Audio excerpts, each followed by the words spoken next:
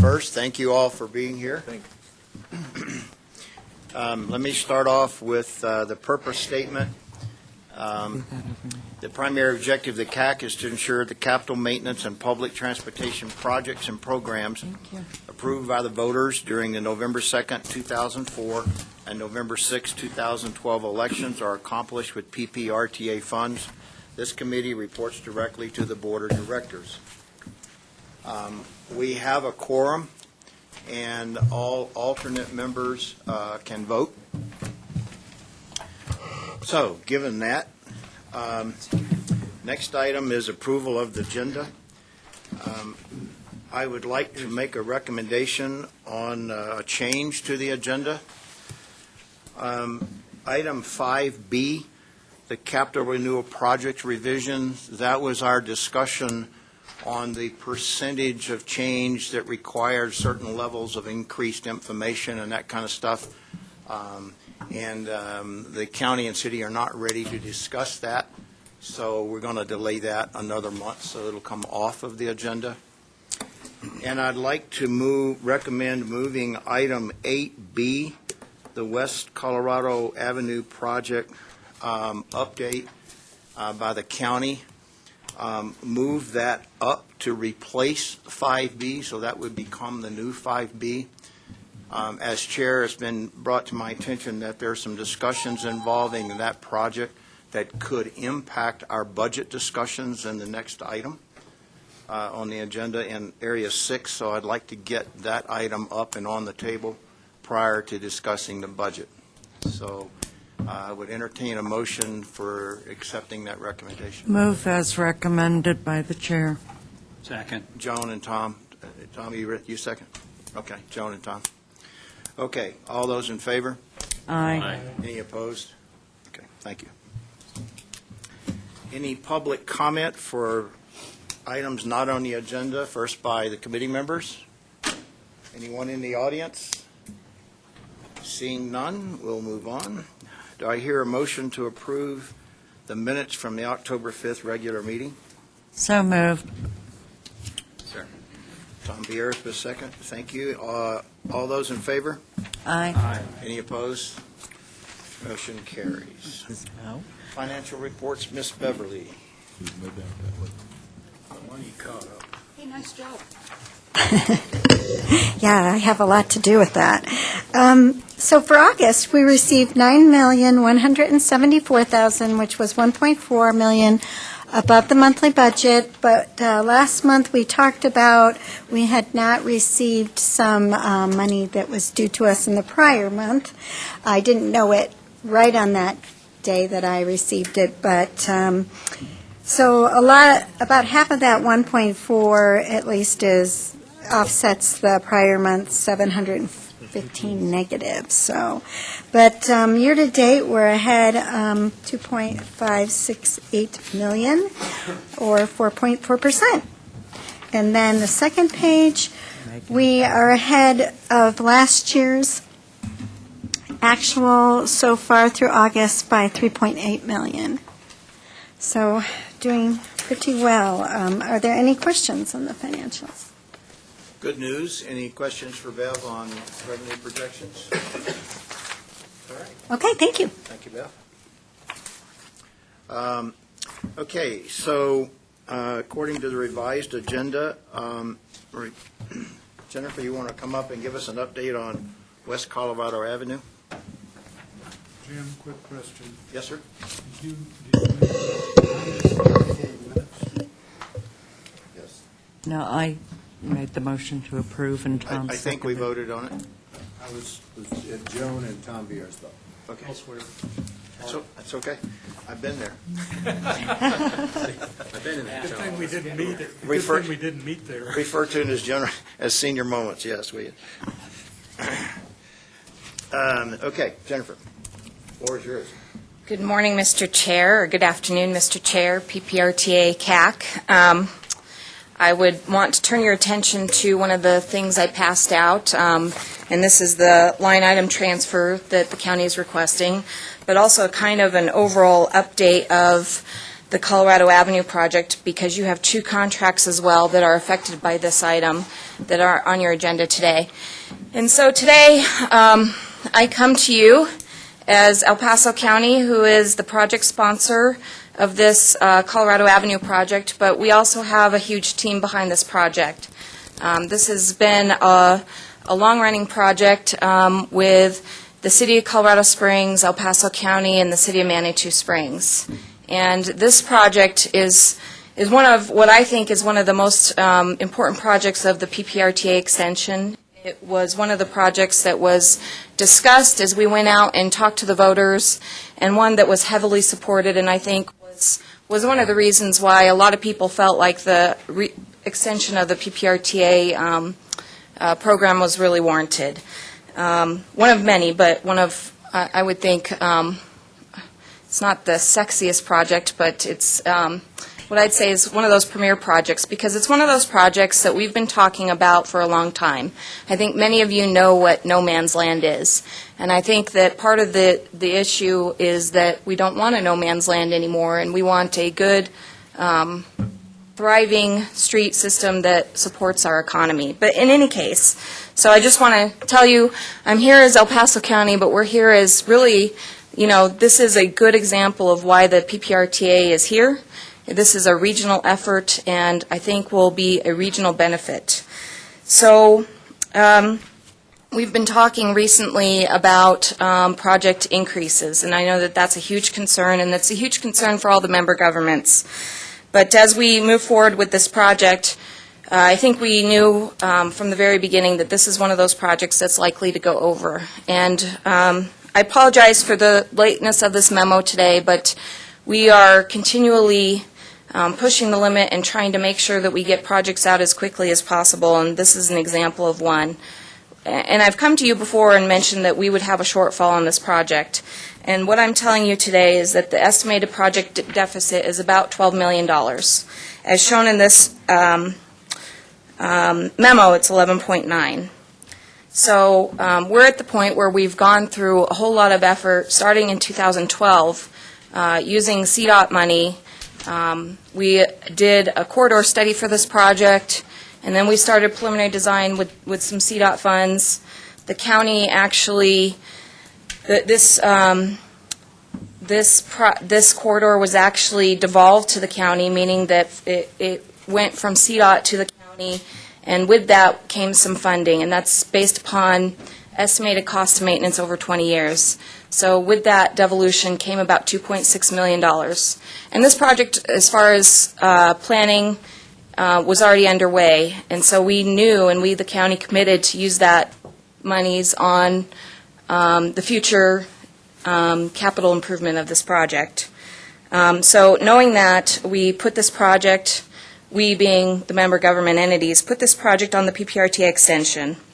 And we did joint projects a little bit different than previous years. We had identified who was leading the project, but we also, instead of identifying the project budget, we did that, but we identified that with quote-unquote contributions from each member government. And as you remember, those contributions weren't stuck on a number, but was based upon an estimate, and that estimate for each joint project is similar to the overall split that you see in the capital projects.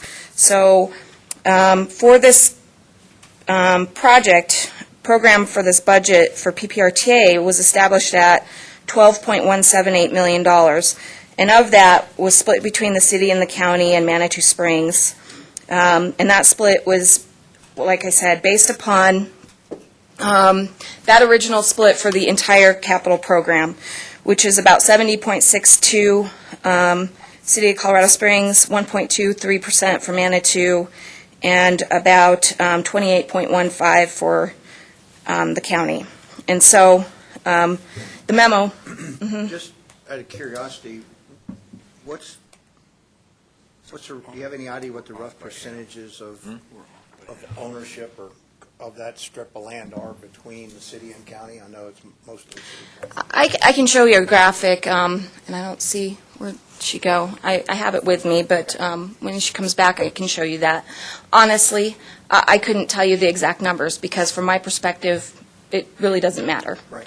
And as we're trying to split up the deficit, we're not looking at that from that standpoint, so, but I can show you that. Ultimately, too, there was some discussion between the member governments, too, because there was multiple jurisdictions in this area. There has been some discussions about ultimately having one jurisdiction be responsible for this area, or two, as it is the City of Colorado Springs and Manitou Springs. So that has not been yet finalized. We're working on that, and whether or not that occurs, El Paso County is committed to, once these improvements are done, to maintain them. So that was the original anticipated project budget, was the 12.178. As I said, we were going to supplement that with the devolution funding, and that occurred after the PPRTA extension. But as you know, as we estimated these project budgets, they were just that, estimates. And this is one that, you know, is in an old area town. There's a lot going on, and there's a lot of need. So this project is definitely a significantly amount of over that projected budget. What I would say is that that the city and the county and all the member governments, as we looked at the extension of the PPRTA, we estimated all those projects based upon 75% of those revenue. So we knew that there would be inflation, and we knew that there would be some projects that came in significantly over and some projects significantly under. Today we have the construction contract ahead of you later today, but the construction contract, because this project has gone on for quite some time, we really wanted to get it out to bid, because the best time to bid a project is towards the end of the year. And so we bid it based upon 90% plans. We knew that we wanted to get this project underway. And so what I would say about that construction contract is that there may be increases or decreases to that contract, but we tried to put in a reasonable contingency so that hopefully it can contain most of those increases or decreases if that's the case. So what you need to understand is that there may be some more things out there. So, but we tried to, based upon professional judgment, get that as closely as possible. So we want to have a plan to go ahead and fund this contract. So as we have discussed is we don't have all the money today. But what we want to do is phase that construction contract. And we've done that before with other projects. So we award the total dollar amount, but we've set a limit to that contractor, and our contractor's amicable to this. We set a dollar amount maximum that contract will be approved for. And so that's over the next 3 years. 2016 is almost over. 2017 will have a lot of the construction occurring, and then 2018 will have the remainder. So as we looked at those numbers and looked at the additional monies that we needed, we phased those accordingly based upon what we think the contractor can get completed, and knowing that we can adjust those as well. But we feel that that's reasonable estimates. So the deficit of the 11.9, if you look at the next page, is really based upon, we're projecting to share that between all the member entities, and that's based upon those original percentages as agreed. At this point, we know that in the term of all the capital projects, some of those projects will increase and some of those projects will decrease. So as member governments, we know that the goal is to get all these projects done. So this is one project that is over. Some of the projects will be under. And so we'll be moving that money around.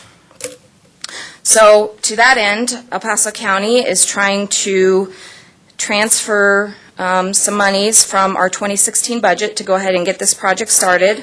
And we're transferring it from the Beacon Light project, and that's a project that hasn't even started. And there's remaining funds in that project so that if we do want to get it started, we can. But we want to go ahead and cover our portion.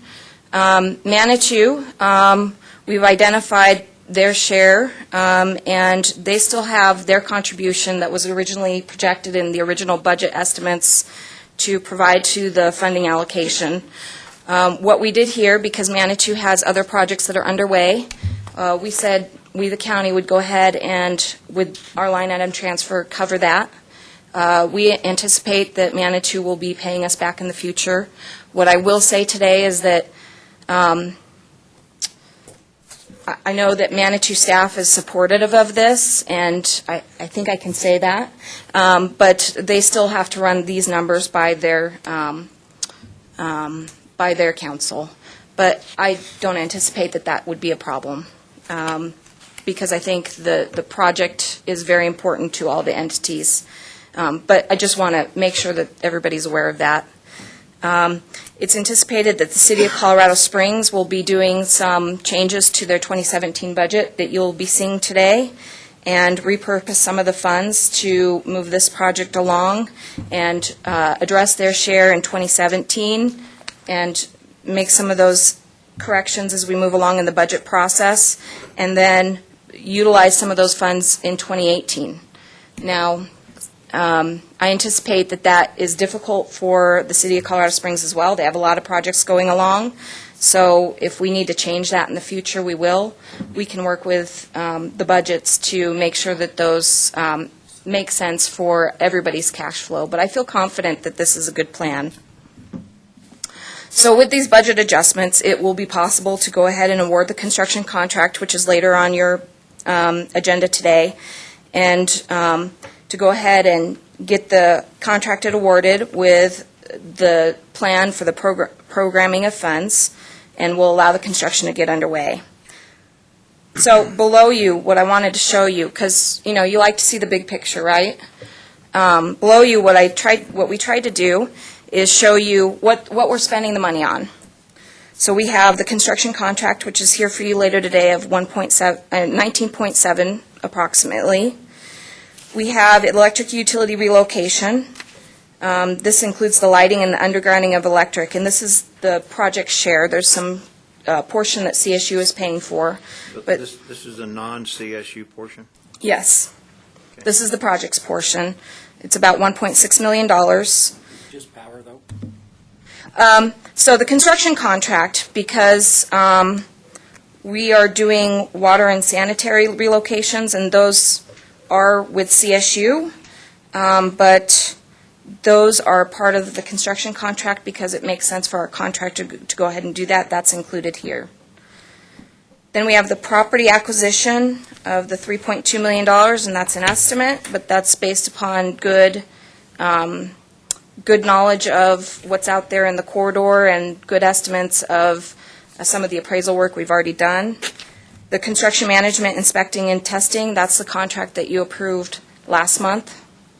And then this planning, design, services, property acquisition, and public outreach. This is a combination of work that's already been done and then a contract that you have on your agenda today for design phase services, finishing up those design phase services and property acquisition, and also design support during construction.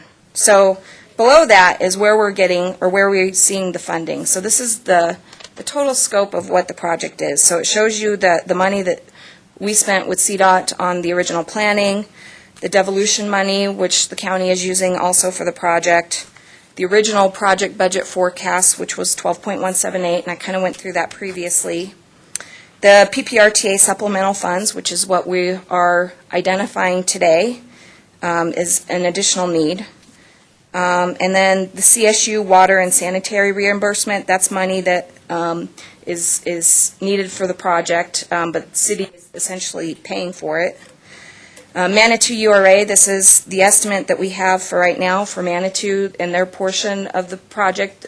URA is the Urban Renewal Authority, and there are portions of the project that they are paying for that are over and above what we consider necessary for the project. So, for example, in Manitou, they want colored concrete. So that the concrete is being paid for by the PPRTA, but the incremental difference of the colored concrete is done by the URA. And that kind of stuff. Yeah, and they're paying for a pedestrian bridge. They're paying for some lighting. So you have that. And then City of Colorado Springs Parks and Trails, they have some elements in this project as well that they're planning to pay for. So these are so that you get a whole scope of what this project is and what you're essentially going to be seeing later today, both in budgets and also within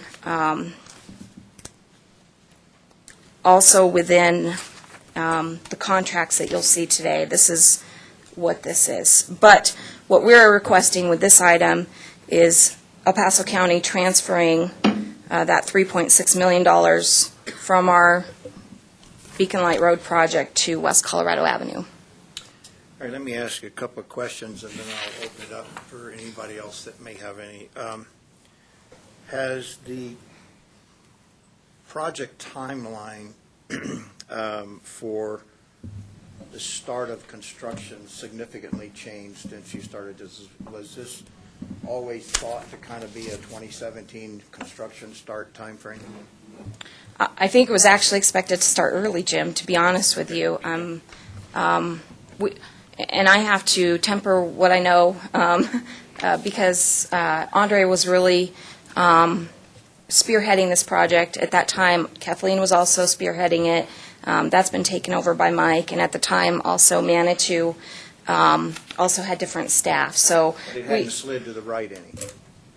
Oh, it hasn't moved up? It hasn't slid significantly to the right from what you originally envisioned. 16 to 17 is not significant in my book, but, okay, you answered it.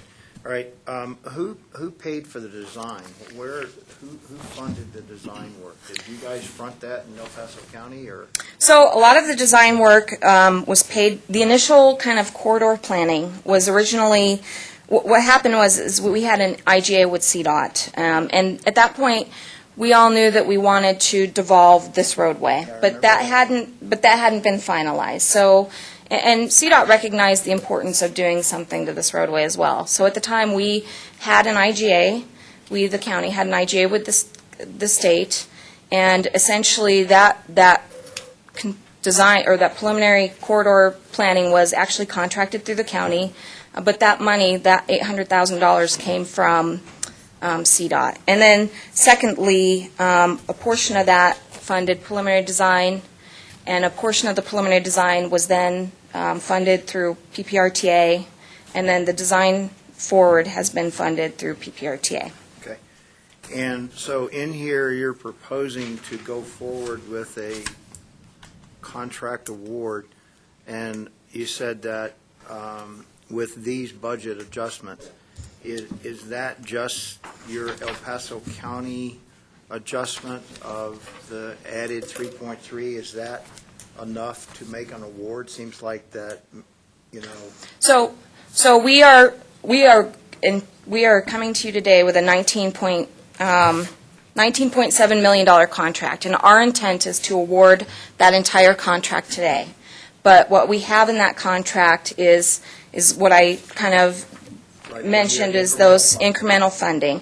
And so that contract will essentially state, and I don't know if Beverly wants to get up here, but the contract will essentially state that funding is based upon approvals. So there's no guarantee, but I think I have the confidence that those funds will. Okay, so awarding an incrementally funded contract based on availability of funds by fiscal year is not unusual. That's a common practice. So what do you anticipate your 2017 cost, the 27 cost to be, total cost for the project today?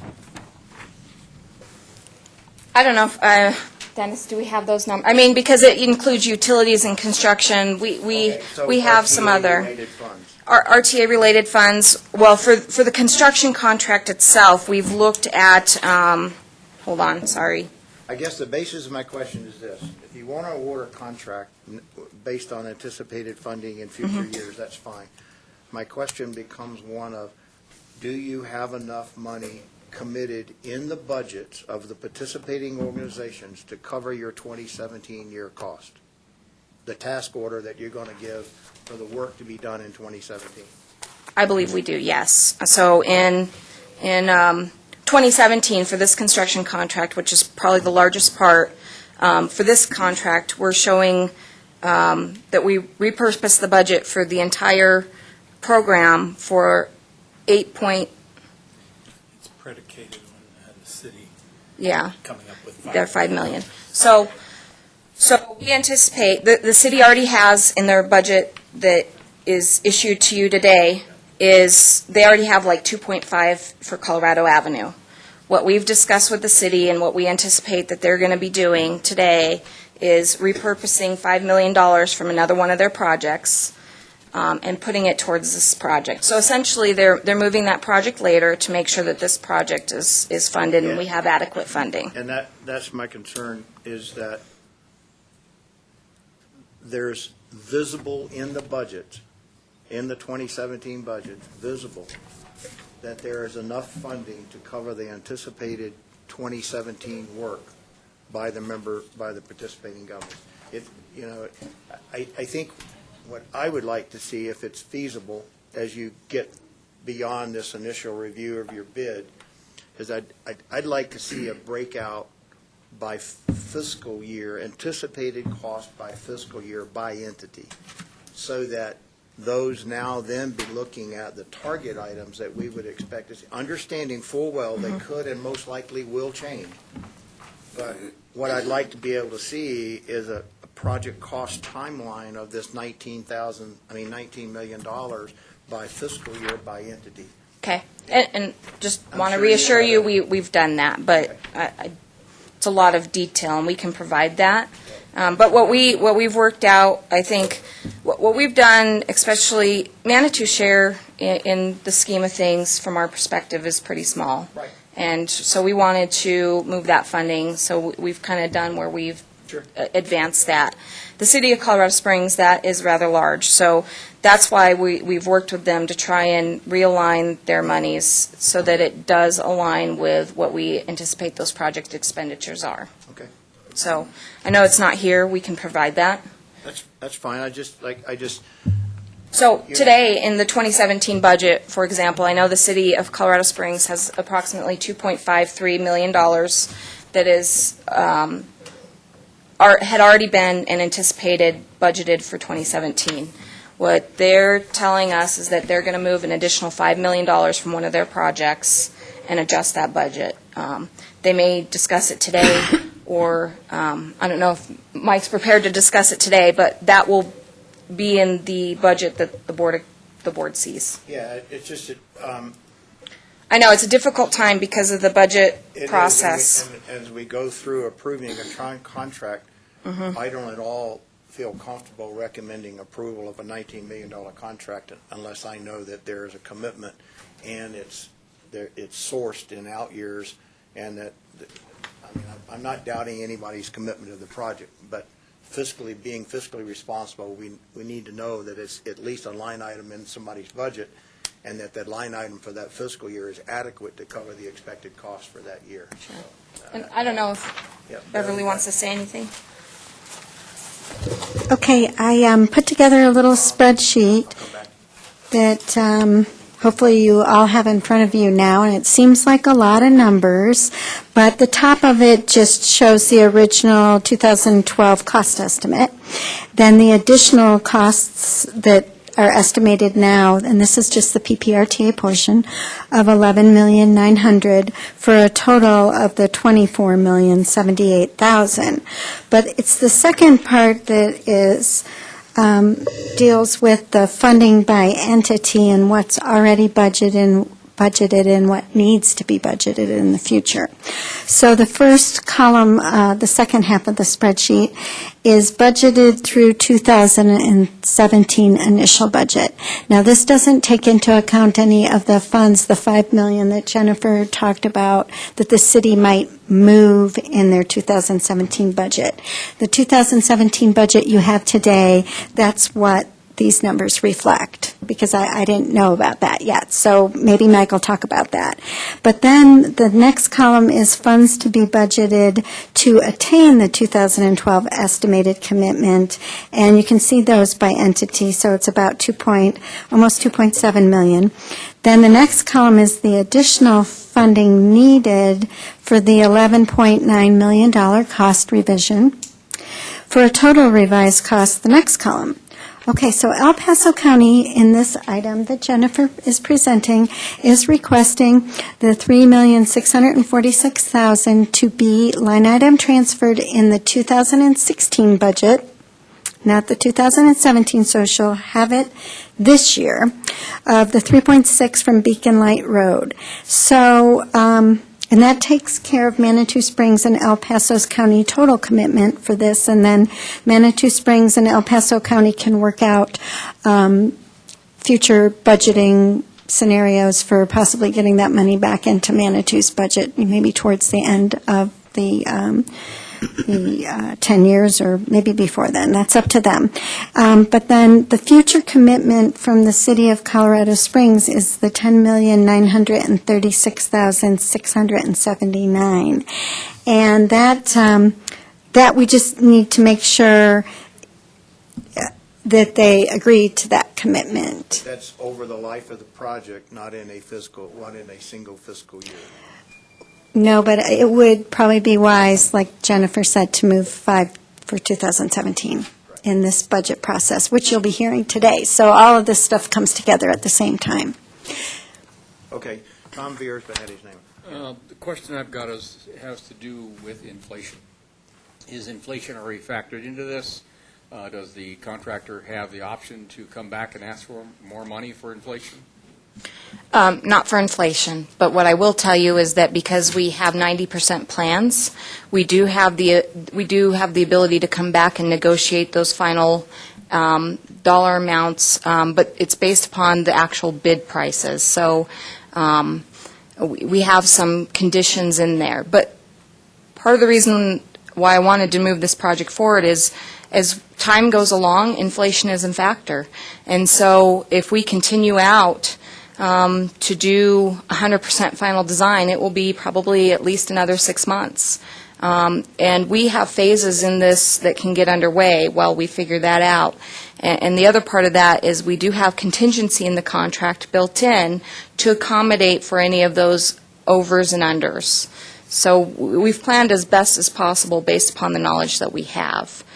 That doesn't preclude me from saying that we might have to come back at some point, but we've done our best job to accommodate for that. I can tell you that our contractors locally here are very busy.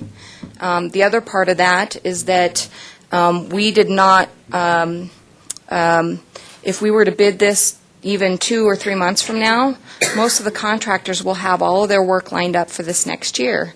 And then if you contract it then, the prices would increase and inflate. So we're really trying to manage as best as possible to get the best price and the best value for this Your project. experience with Wildcat is that they're easy to work with and Yes. Wildcat is doing our Mark Shuffle project. Wildcat is also doing the city's Woodman Union project. Wildcat did research, the research interchange, I believe. they have the ability to expand. Yes, and that was one of the, as we were looking at this contract, we had a significant clarification to make sure that they had the capacity to do this work. And that was, from the evaluation committees, one of the major concerns. So we really wanted to make sure that they do have the capacity. What I will say is they're going to be wrapping up Mark Shuffle. They only have one pretty much zone of that project that is going to be left by the time this contract is awarded. I feel pretty confident that they, based upon what we know, they can have the capacity to handle this project. Cindy had a question? And it may be for Bev. When, on this sheet that Bev did, the first line, or the first column on the second is that 6 million. You have budgeted through 2017, but really in 17 is only the 2.5, right? Right, so the rest of the $6,067,000 was budgeted in 2015 and 2016. So it's sitting there. Yes, as carryover. Okay, perfect. Okay, so any other, yes, sir? How did the engineer's estimate compare to the bid? I realize it was only 90%, but I'm looking at Dennis, but I believe the engineer's estimate was right about $19 million, and this was right around $19 million, as you can see. I don't have the exact number with me, but I felt like the engineer's estimate was a good, was good. It was accurate, I wouldn't call it. Yeah. Accurate. Within reason, within what we expect to see. Within the expected margin of error. Yes. Okay, yes, Reb has a question. Budget, and I wouldn't call it a budget. But Can't hear you. During the 2012 election of 12.2 million, and it's now 11.9 million higher. You can account for a large portion of that in what's, quote, hidden below the ground, but it also can be accounted for with a conceptual design. In other words, you knew you had to do something, and I think, and are you going to present? Okay, literally, the idea whether there's going to be 4 lanes, 3 lanes, turn lanes, and there's a lot of ifs. Is there anything else that you could add that would account for that big a difference when you think it's, and I'm going to use round numbers, you started off at 10 million, now it's 20. A big chunk of it's utilities. I would say if you look at the number that was put on the, it wasn't put on the ballot because none of these numbers were put on the ballot, but it really reflected the actual good portion of the actual physical roadway improvements. What it didn't account for was the right-of-way, the utilities, and the design effort. So I think the other part is that this project is probably one of the most unusual projects because it wasn't the best scoped. And it would have been difficult to scope this project because even though we had some preliminary corridor studies going on, there's so much out in this area that is missing. And there's so much that is quote-unquote wrong with this area. I mean, I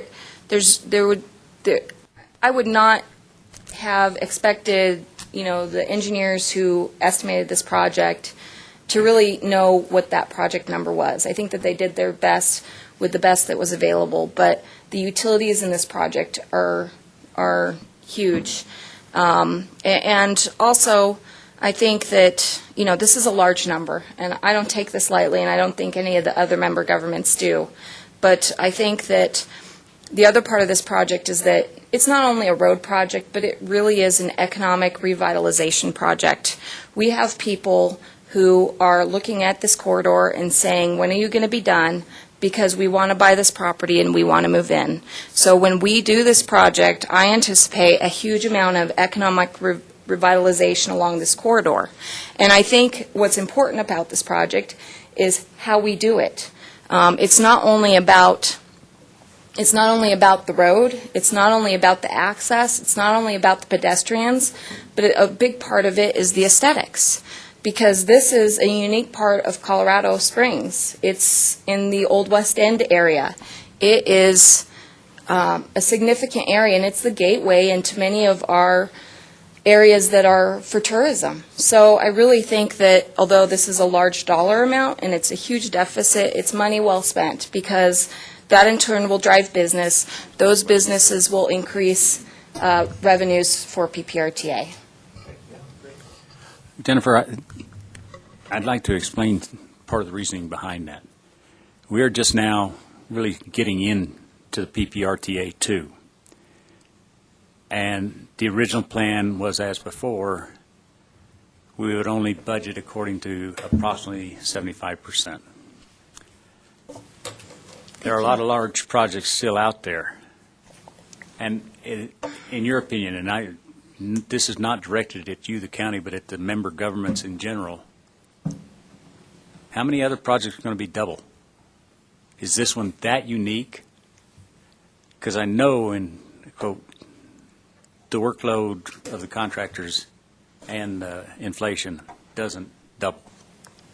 And this has got some very unique features. I would say probably the most significant to me would be the hidden utilities nobody knew about, including trolley lines and Rerouting a stream.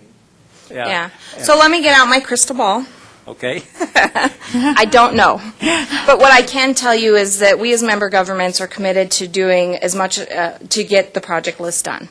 And I know that I can say that for everybody, even though I haven't asked them. I know that that's important to all of us. So as we did in the PPRTA, the first round of the PPRTA, we are going to look for any and every way to be able to maximize those dollars that are allocated to us.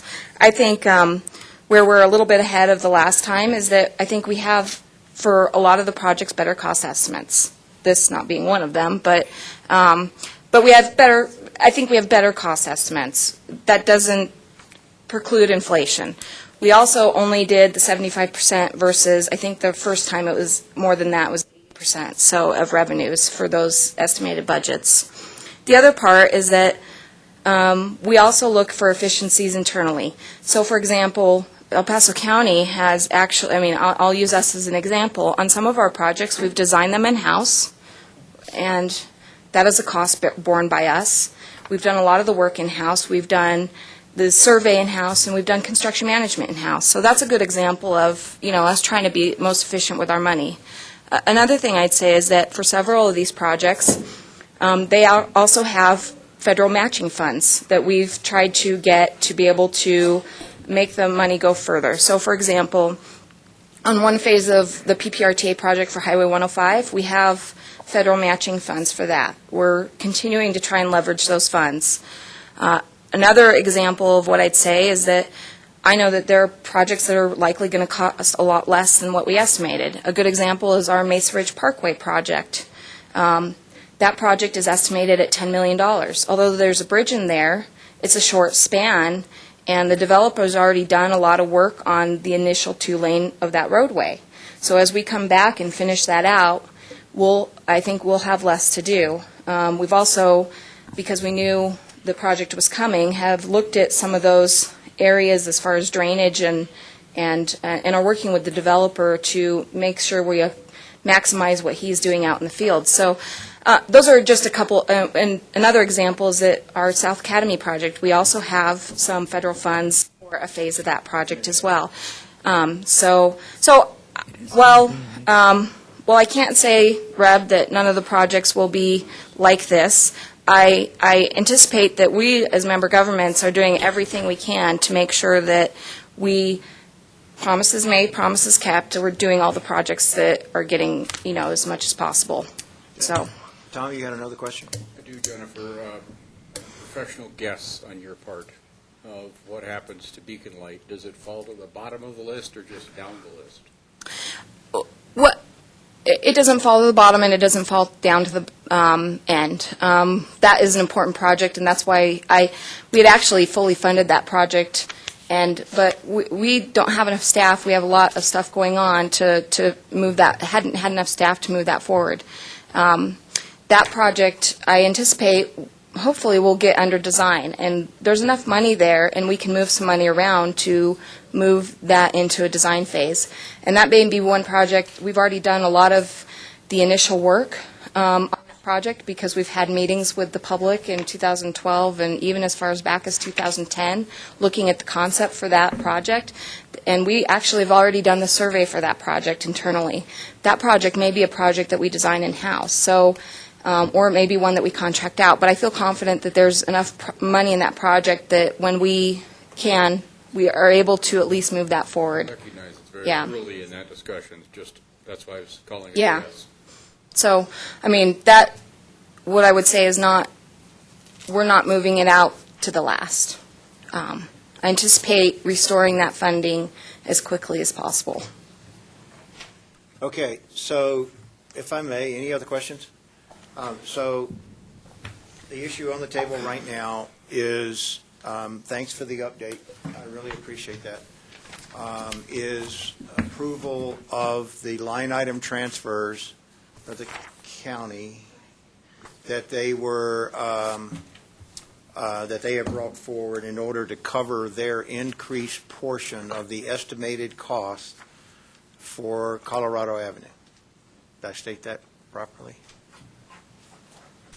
So that's what we're up to. Mr. Knoll. Was this the intent at the start that the costs could vary, that they aren't the same as originated estimated of cost. And that happened. They didn't have to come back to get approval for the additional amount in the process. Well, my concern here was to make sure before we get to the contract approval phase that we have adequate funding being presented by the That's what member I'm governments wondering, in the yeah. budget. And because this was an increase and it followed the budget discussion, I didn't want us making a decision to approve budgets only to be faced with an $11 million shortfall on a project. Gotcha. So that was the intent of bringing this at that point. Chairman, may I speak to that before you take a vote? Mike Chavez, Colorado Springs City Engineering. We've been working with the county on this, and we're in agreement with that funding plan. We do need to make an adjustment to the 17 budget to add $5 million to the West Colorado Avenue project. I don't have anything today. I'm not sure timing-wise when that needs to be done, but it will be done. So, and then we're also okay with the 18. We figure, we need to come up with that. So we're good. We all knew this project was going to be more expensive, a little bit more than we had hoped for, but, one of the things is we really reiterated to the contractors in the RFP, they have to keep the businesses open and in operation. And so we're paying for that. But it's necessary because if we would have said, Mr. Contractor, just get the job done, we probably could have gotten done for $15 million and put half the businesses out of business. So that's not going to work. So that's a big part of the cost. I mean, Jennifer explained other things that was true, but I think the phasing and the fact that they've got to be very meticulous just added. But overall, we're good with this plan, so I would recommend that you approve this and the contract. Joan had her hand up. No, Jimmy, you have a question? Yeah, And that's fine. so we're planning to spend the money before the budget has been approved, actually. No, the purpose of this is only to approve the line item transfers that the county has brought forward, the $3,349,000 that they're moving from Beacon Light to this project. That's all we're approving. We're So not it's shifting from one project to the other. Correct. Gotcha, I'm sorry. I thought we were within their threshold. What's going on? Joan? Mr. Chairman, I would move approval of the line item transfer as presented. Second. We have a motion and a second. Any discussion, further discussion? All those in favor? Aye. Aye. Any opposed? Any abstentions? One recluse. I'm sure Steve Murray, because of his association with the project. We have that on record, so. I'd like to make a motion to move item 8A to follow 5B. This was the line It item already is. recommendation. It's 8A on the agenda. No, there's another line item transfer requested here. Yeah. Yeah, there's a That's a second one. different one. That's a second one.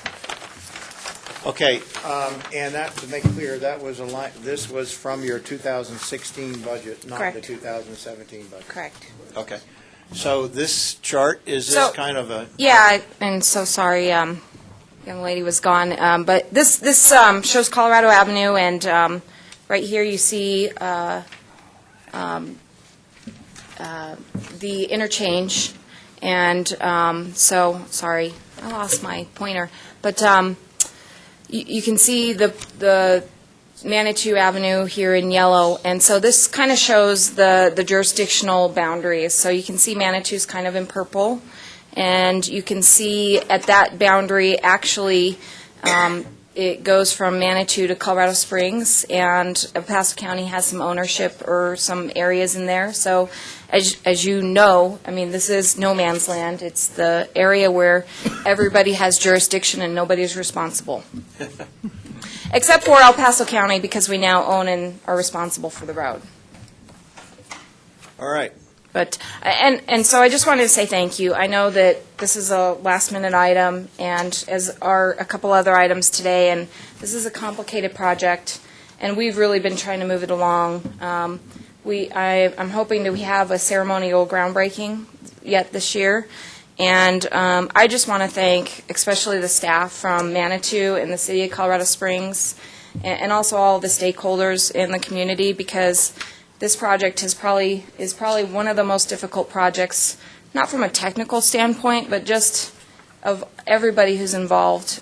So I just wanted to thank especially the staff, because a lot of these people took over this project in the middle of the project, and it's been a difficult project to move ahead. And so there's been really an exceptional job done, especially by Dennis Barron, who has now become the project manager.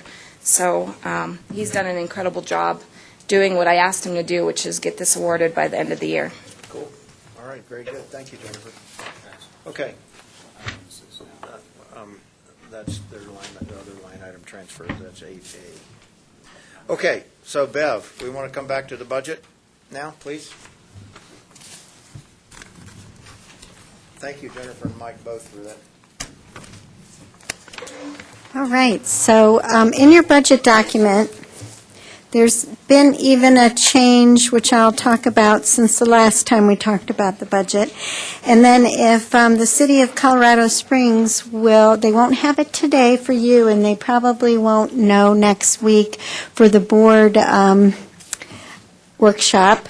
But in December, then, we'll make it known to the board next week that they plan to come with a changed memo for the $5 million, moving it from some of the line items, capital line items. So that will be presented in December prior to the finalization of the budget on that day. Okay? All right, so... So just to clarify, if I may then, coming out of our discussion of the budget today is not a recommendation to the board, or it's just a recommendation that we have reviewed the draft and here are our comments? A recommendation that you've reviewed the draft and that there's going to be some changes. The $5 million and if anything else you notice while we're going through this. We're not making a recommendation for approval this Right. month. Okay. Right. Okay, so I'll get to page 4.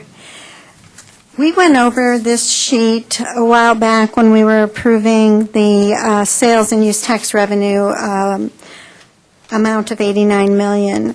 At that time, we had anticipated a PPRTA administrative costs of $632,000, and today, line 6 is $732,000. So it's up $100,000. Now, we don't necessarily plan to spend it all, but last month at the PPRTA board meeting, there was a discussion about the legal, the case going on with Walmart. Right. So the board asked me to go back and add $100,000 to the admin line item for legal and legislative expenses, because they feel that Walmart's going to come back to the legislature again this year. And last year, we utilized the county and cities folks to help us with that. And they're planning to hire someone just on contract to help with that effort of, putting that one down, hopefully, at least from the PPRTA standpoint. But so I just wanted to make you aware of that because you had seen a different number there. So then on page 5 and through 7, it compares the 2016 amended budget to the draft budget you're seeing today. And it's just pretty much by line item. The revenue we've already discussed. On page 8, 9, and 10, the first column has the estimated expenditure carryovers. And you don't have anything in the revenue, but then once you get down to the expenditures, you can see that. On page 9 and 10, the end of page 9 and the beginning of page 10, that first column, Mike will come back by the December board meeting with that $5 million where he's going to move that. And that'll be then, let's see, it'll actually come into the third column there where it says line item transfers.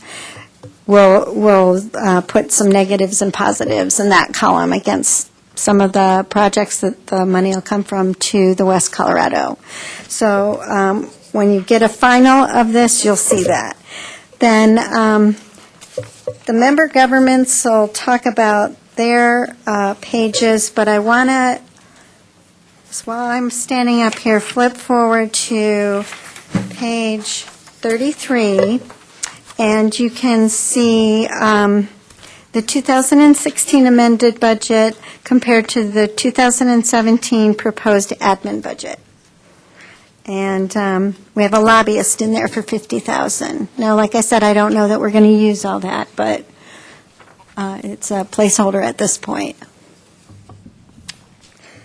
On page 35, we have the reserve balance, and that, as you may recall, is 10% of the revenues.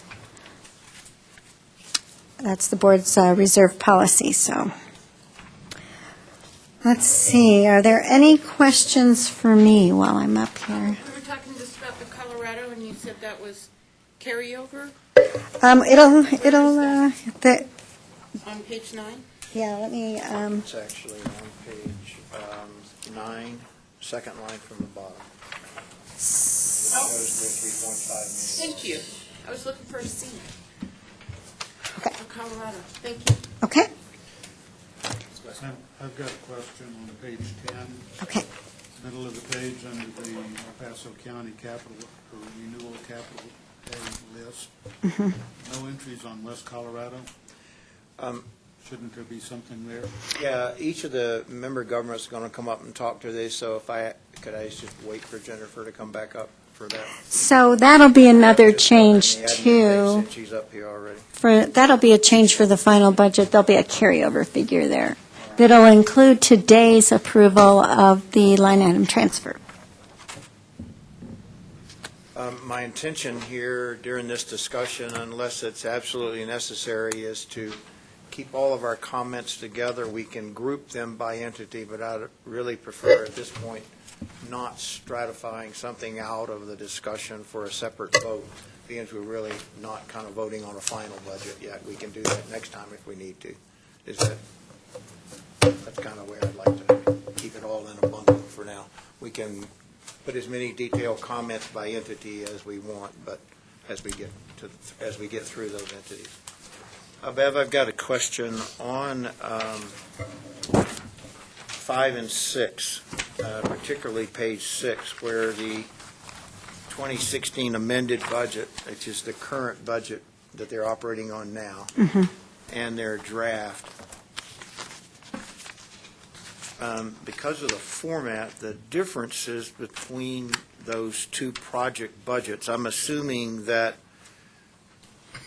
the 2016 amended budget amount plus the 2017 original draft amount constitutes the total project cost at this juncture for that fiscal year. No, these pages, the one that compares the amended budget for 2016 and the 2017 original budget, is a one-year revenue expenditure figure. So it doesn't show the carryover from 2015. Okay. So the differences such as, just picking a project that has a large difference, the Centennial Garden of the Gods and the Chestnut, where there's almost $4 million change from 2016 to 2017, is all this is saying that they've taken all that money out?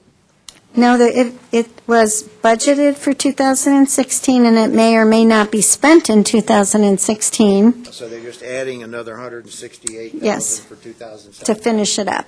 Okay, all right. The majority of that project is 2016 funds in 2016. Well, it won't be completely finished, obviously, it's not Okay. that far along, but it was Don't get mostly all the funded. details of that page. Well, I mean, it's a strictly revenue for that year equals expenditures for that year. If you go to 8, 9, and 10, you have all these carryovers, and happens to be just the estimate. You know, when we have the amended budget, it has the actuals in it. But that tells you on page 10 that when we go to the board in December, we're going to be asking for an appropriation of $205 million because it includes the carryovers. And as you know, we're only talking about $89 million worth of revenue for that year, at least sales and use tax revenue. So the rest of that's carryover, which is a big number. So the details are in 8, 9, and 10 when we get into the member of the government's discussion. Okay. Yes, sir. In RTA 1, we had what everybody called the rainbow sheet that listed the whole 10 years of the program and when projects were getting funding. And to look at the whole program, that sure was a lot more helpful to look at than these individual years. Sure. Is there any thought of bringing that back for the second RTA? Yes, we have. So far, I've started it, and it just has the first 2 years of, 2015 actual, 2016 budget. But we'll get the member governments working on putting their out-year numbers in there. But the thing that affects that is the one question about approval of new cost estimates, total cost estimates. Well, we just really went over West Colorado today. But there's going to be another discussion next month about the process to have the CAC and the board approve total revised cost estimates. And that really impacts that sheet. So if I have them do it on the old numbers, it's probably just going to be a waste of time. So as soon as we get a little bit more down the road, but what we want to do is do that this year, the rainbow spreadsheet, with some good cost estimates in it, So stand by, it's coming. basically.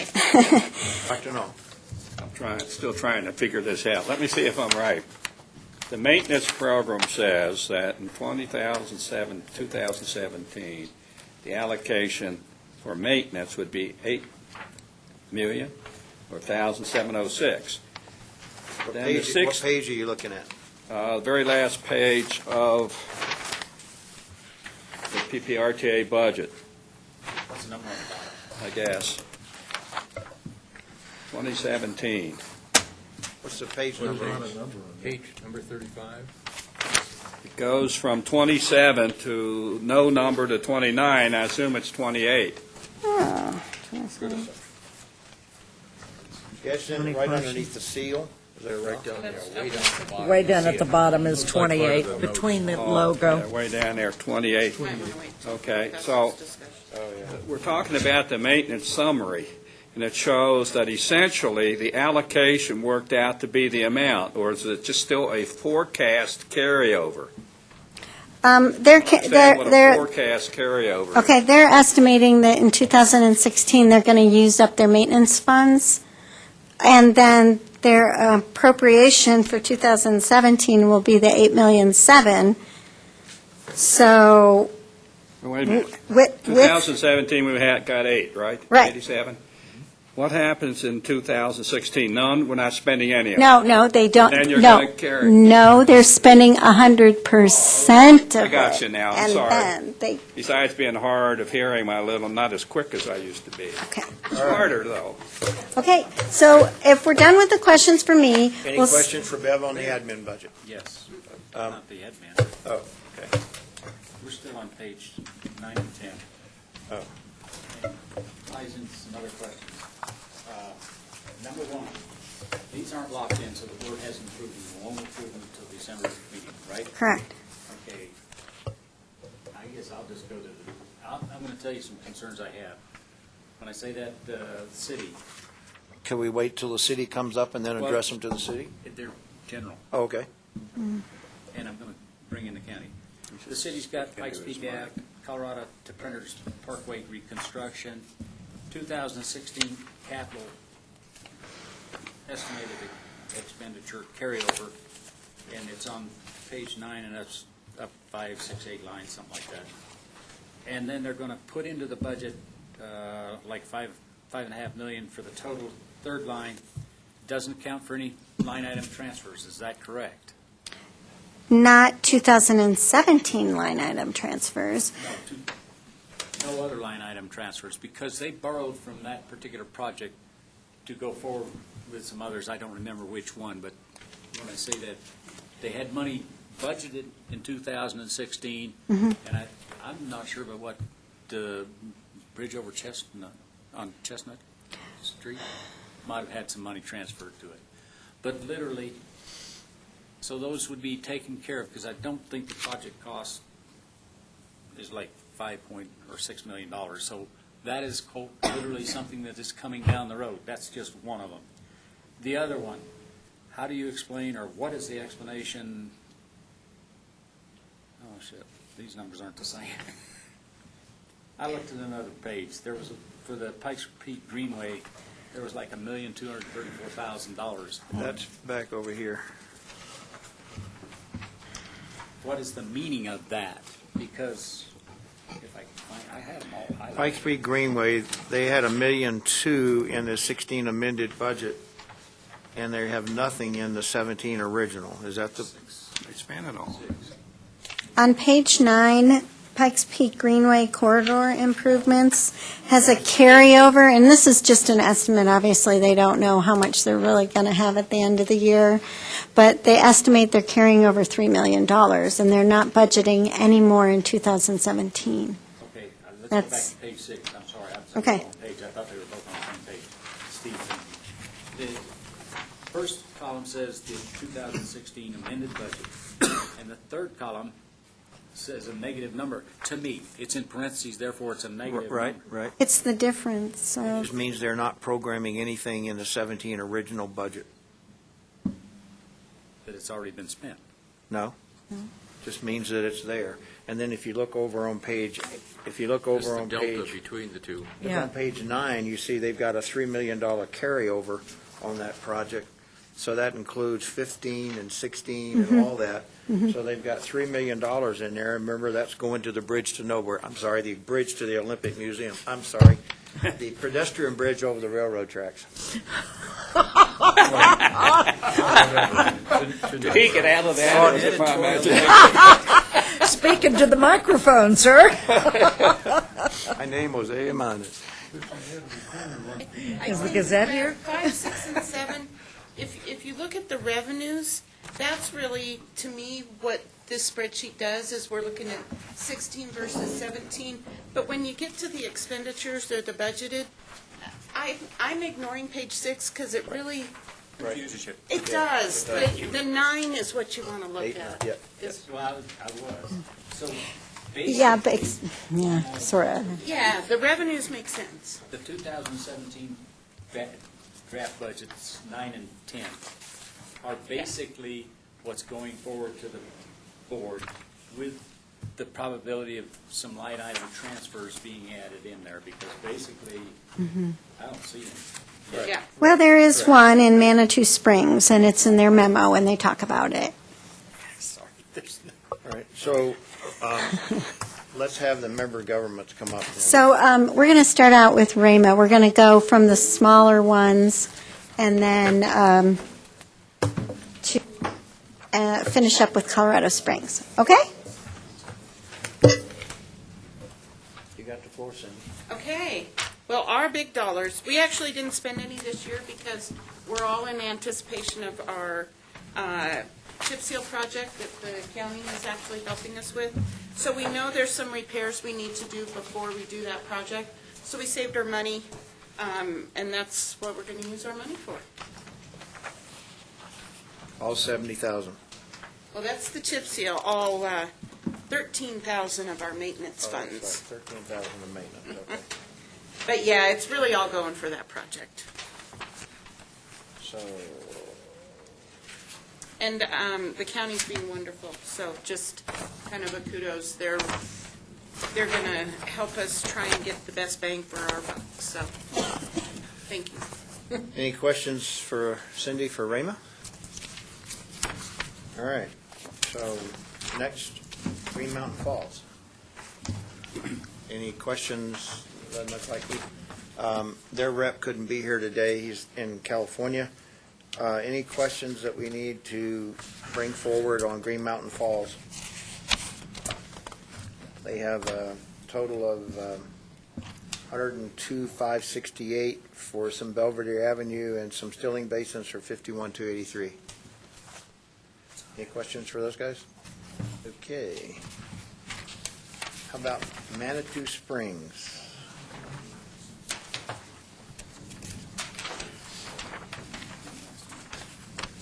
Welcome, Shelley.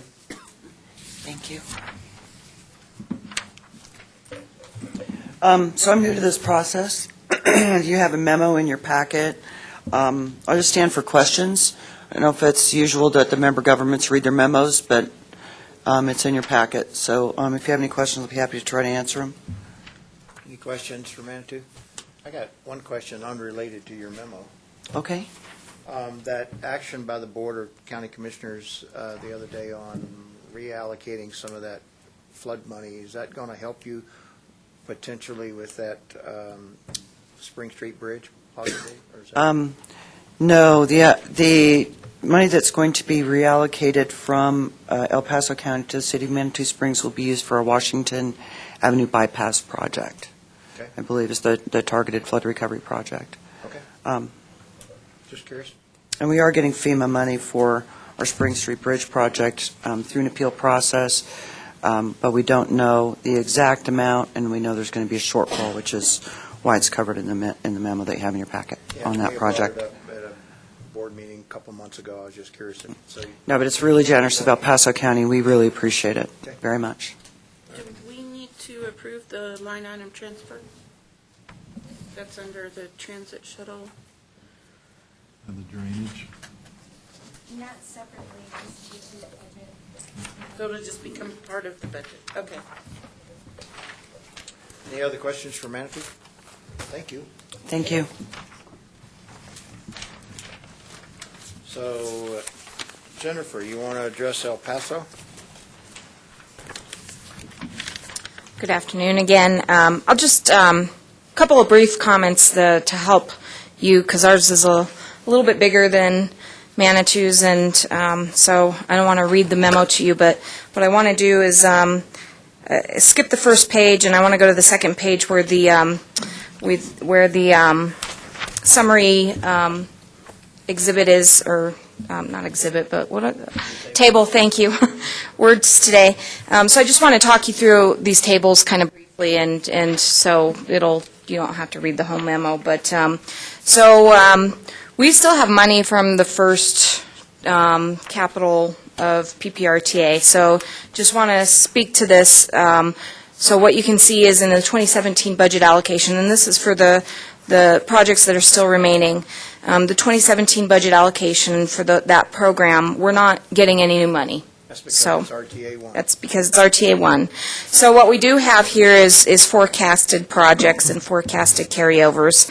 And so I wanted just to speak to those a little bit. Meridian Road, that project is one that and this is the extension from State Highway 24 down to Falcon Highway. It's a small realignment of Old Meridian Road in between there. We are putting that together. Yeah, it's in the corner.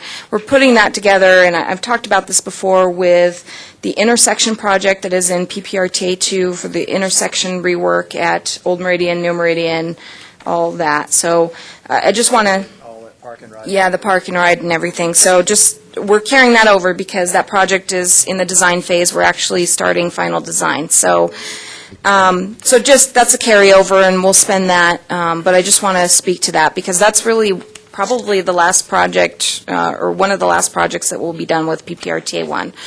So we're just still advancing that project. Baptist Road, we're carrying over some money, and the reason is because although that project is substantially complete, we still have, under the construction contract, some monitoring that we're required to do to address the permitting. And that project is still in its substantial completion phase. There's still some insurance that we need to make sure that the growth from the vegetation is still there. And also, we're finishing up all the permitting with FEMA, so we have to finish up the LOMR, the letter of map revision for the floodplain. And that's So- the section over the railroad. Yeah. Okay. So my point is that the road is open, we're substantially complete, but we're rolling over some funds because there's still some remaining things out there that we need to do to close out the project. And then Mark Shuffle, this is an estimate of a carryover. We're currently in construction. We're actually ahead of schedule, and so this is money that's really already encumbered, but that's rolling over, so I just wanted to speak to that. So that project is going really well. I don't know if you've driven it, but we were able... But now they were closed for a while. Yeah, the segments that were closed are open. There's still a segment that's closed on Air Lane that we're doing some reconstruction. So just wanted to speak to those, because those are projects that are ongoing that you're very familiar with. So, and then I want to just address the second phase of the RTAs. That's the RTA extension. And so we're allocating some money to projects that we've either already started in 2017 or projects that hopefully we can start. So I'll take any questions on those. What I would say, though, is that, as previously identified, we are likely going to need to adjust this memo to address the recent transfer of Colorado Avenue, so there'll be some carryover, and then there's less carryover on the Beacon Light Road project. You talked about Meridian, but you're not allocating any more funds. You don't- So what you'll see on that is that the original project budget was $4.608 million. We've already allocated all the funds to that project that we had originally estimated. Now, we're in final design. So my point in that is that that's an important project to get done. There's some safety issues out there. So we went ahead and budgeted, although for everything for that project that we had anticipated, although we're not to the point where we're in final design, but we're not to the point where we're ready to go ahead and get that under contract. But the good news, probably late next year, best case, but the good news is that when we are ready to go to construction, the money is all there. Okay.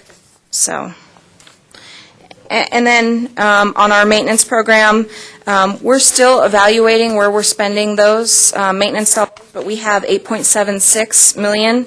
We did not assume a carryover from 2016, although we may still have that. And so, as usual, this is what we usually present to you because we're in the middle of evaluating our roads that we need to pave, our roads that we need to chip seal, and any of those other projects that we need to do. So this is typical of what we usually show you. And so as we come through and have contracts, we'll be bringing those contracts through to you for you to be able to see how we anticipate spending the money. But I anticipate, similar to what we've done last, is purchasing oil and chips for chip seal. We're going to do some paving. We're going to be doing some sidewalk and concrete work, pretty typical of what we've done in the past. John? I just wanted to make a brief comment to Jennifer about Mark Shuffle, since I live in that area and drive it. It's just such a vast improvement, and the new road is great. And from my other hat as Colorado Center Metro District, I have heard from many of our residents who are quite pleased with it, happy it's done, getting through. I don't feel like I'm taking my life in my hands anymore driving on it. And so I would just like to thank the county for the work they've done on that project. Reb?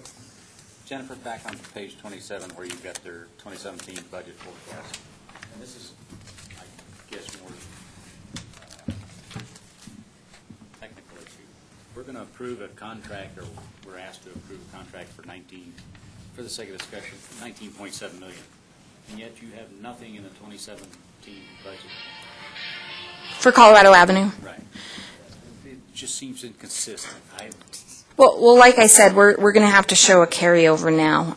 What I would say is that, But if we approve that, part of the question is, if we approve that contract today, and I'm saying it, if you approve it, does that go into the 2016 year or not?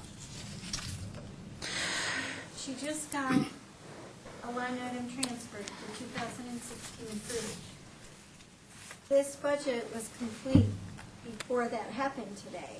So she doesn't have carryover because she was planning to spend some of it this year that she already had in there. So when you approve the budget, Next month. recommend approval to the board, it'll be subject to the 5 million line item transfer so far. These are the two things. And the county's carryover figures that she's going to give me for the next round of budget approval. So, Reb, the other thing I would say, too, is that unlike the first RTA, we actually split the money up with the member governments for these joint projects. So, in the first RTA, for example, Mark Shuffle, which is another joint project, all that money was actually allocated through El Paso County's budget. So this is different in that you will actually see in the City of Colorado Springs budget an allocation for 2017 of that $2.5 million that I previously mentioned. So each member entity is apportioning a portion of their budget. That's unlike the original RTA. So, what I'm not showing here is carryover. We will have carryover because of the line item transfer. And what I would say is that essentially El Paso County has front-loaded all of its share of Colorado Avenue into the 2 years, the 2015 and the 2016 of budget that's already, so it's ragu, it's in there. All right. Any other questions for Jennifer on the county's proposed budget? Thank you, Jennifer. Thank you. And again, I appreciate your consideration. Not a problem. All right. Mike. Oh, they're conferring. Look out. I do want to mention for Joan, thank you on Mark Shuffle, but again, I consider that another regional and joint project, and there's a lot of staff from the city and the county who worked very hard on it, and also working with, in areas where CDOT is and down towards Fountain, and there's a lot of stakeholders on that project as well, so I think that that's another good example of the RTA success. I've got a note in the later on for the both of you on that project, and great job for rescoping that project and getting it in and getting Yes. it done. Considerable amount of savings there, and it still ends. It looks like it's still a great road. So, Yeah. kudos to both organizations. Very good road. Okay, Mike Chavez, City Engineering. I'm going to go through our budget. If you have any questions on the transit side, if you'll wait till the end, and I'll have someone from transit come up. The only thing I will say about transit is that I believe the mayor has a budget proposal to meet the maintenance of effort, and I am personally very glad to have that, because I do not expect to have conversations anymore about that. So do we approve the line item transfer from transit to city maintenance? I'm going to assume you guys have had a chance to peruse the budget, city budget, and so I will just entertain questions. One item that Reb mentioned, so Pikes Peak Avenue, we are putting money in 17 to cover, basically awarding a contract that's split over a couple of years, so we will put the rest of the money in, and possibly more, in 18. We'll see how the budget, Mike, I've got a question, and it's kind of general in nature. The pages 14 and 15 for your 2017 budget numbers really don't reflect the size of those programs. For instance, for the project and programs. For instance, on page 15, just in the programs, your pots of money that fit general programs. That section is almost $9 million, $8.7 million. What isn't reflected in those totals is there's $9.8 million of carryover in those same 12 pots of money that it's coming over from 16. And so when you look at almost $18 million worth of work, my question is capacity. I know that you've really gotten a lot of work done on signal upgrades this year and traffic safety kind of stuff, but why such a large carryover, and you're adding another 8.7 to it, to a total of about $19 million in just those 12 programs? Okay. That's a good question. Now, and a lot of those are traffic programs, so I may need to come back with some more answers, but part of the traffic programs, there is some money in there that is to cover Cimarron. And we are trying to finalize an IGA to pay them. I believe Cimarron, we committed $4 million and another $1 million. So I forget how many. It's like $5 to $7 million that has been approved by the board previously. And we just haven't paid, seed all that money because we're trying to get an IGA formulated. And I think Three-party IGA has been working on. Yes, and I believe Kathleen thought, well, at least a month or so ago, that she thought it'd be finalized this year so we could pay that and, clear that off the books. But that's a good chunk of the carryover. Some of the others is just programs, some of these, and these are smaller projects that we actually work with traffic and try to do some of the design in-house. And I'm not fully up on the status, but sometimes they're lagging a little bit. But I think a good chunk of that is the IGA money. Yeah. You had a question, Rick? Can you get a little greater detail on the first two items under the programs? Which page? Page 15. 15? Companion drainage projects and congestion and incident management. Okay. That is Hold on, let me see if we... Okay, if you go to 20, there's a summary. So the companion drainage projects are basically to address, mostly to address the corrugated metal under our roads that are rusting away. So within the right of way. yes. So that's just something when they go to overlay a road, or if there's a failure, they can go out there and fix those. I believe along Union near Briargate earlier this year, we approved a project to fix that pipe that fell on us. The next one says, I'm not sure, what is the difference between it and, back here, traffic signal upgrades? So traffic signal upgrades are generically updating and replacing the signals, the poles and the lights and all that. The ITS is more of the computerization and computerizing the signals and using radar and cameras to better monitor and control the signal and the progression. Wasn't that part of what we just approved last month for 200 additional? Yes, that's part of the program, or that's typical of the types of things that this congestion and signal improvements do. PPACG, CMAQ money and other kind of money goes into that program too, right?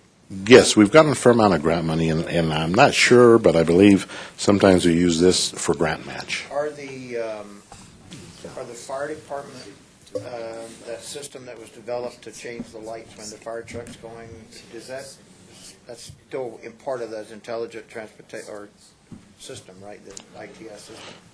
I'm not sure. I think that was, I'm not sure if it was when it was developed or implemented, if they used our RTA money or not, but that's been, again, I can have Kathleen maybe speak at the board. And one other, in your emergency bridge fund, is there any planned work on those two bridges on Fillmore over the creek and the railroad tracks?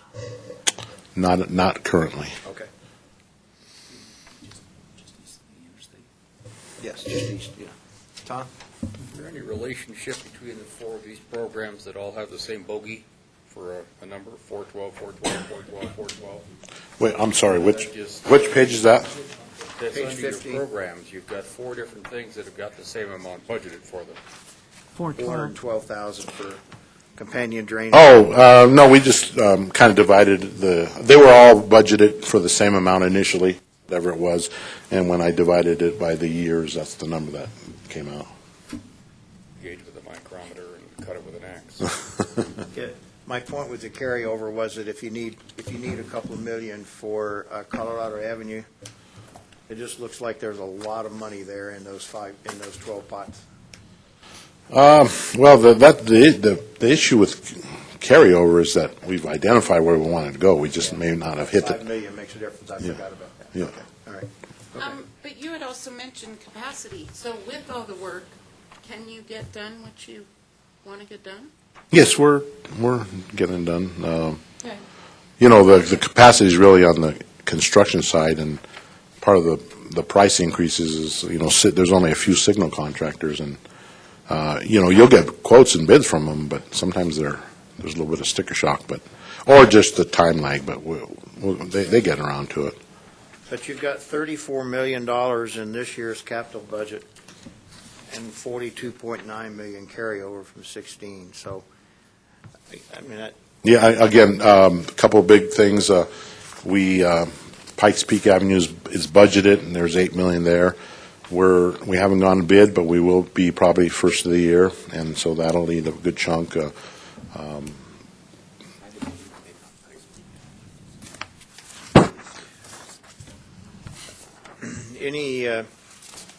Any other questions or comments for Mike on the city side of things?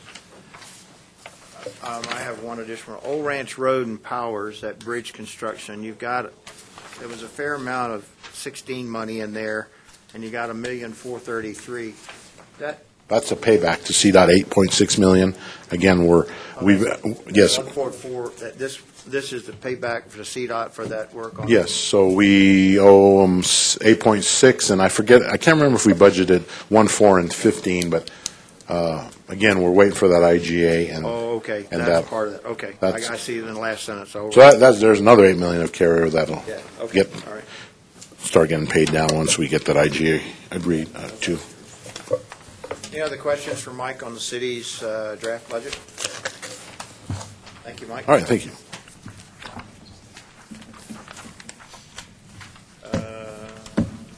Mr. Craig Blue. Yes. Excuse me.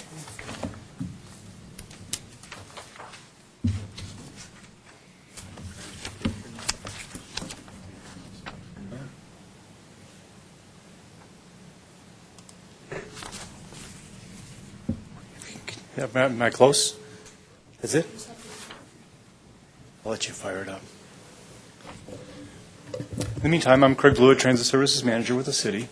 I have about a 4 or 5 minute presentation, if I may, on the transit part of the budget. Key to that, yeah, right there. Thank you. Awesome, thanks.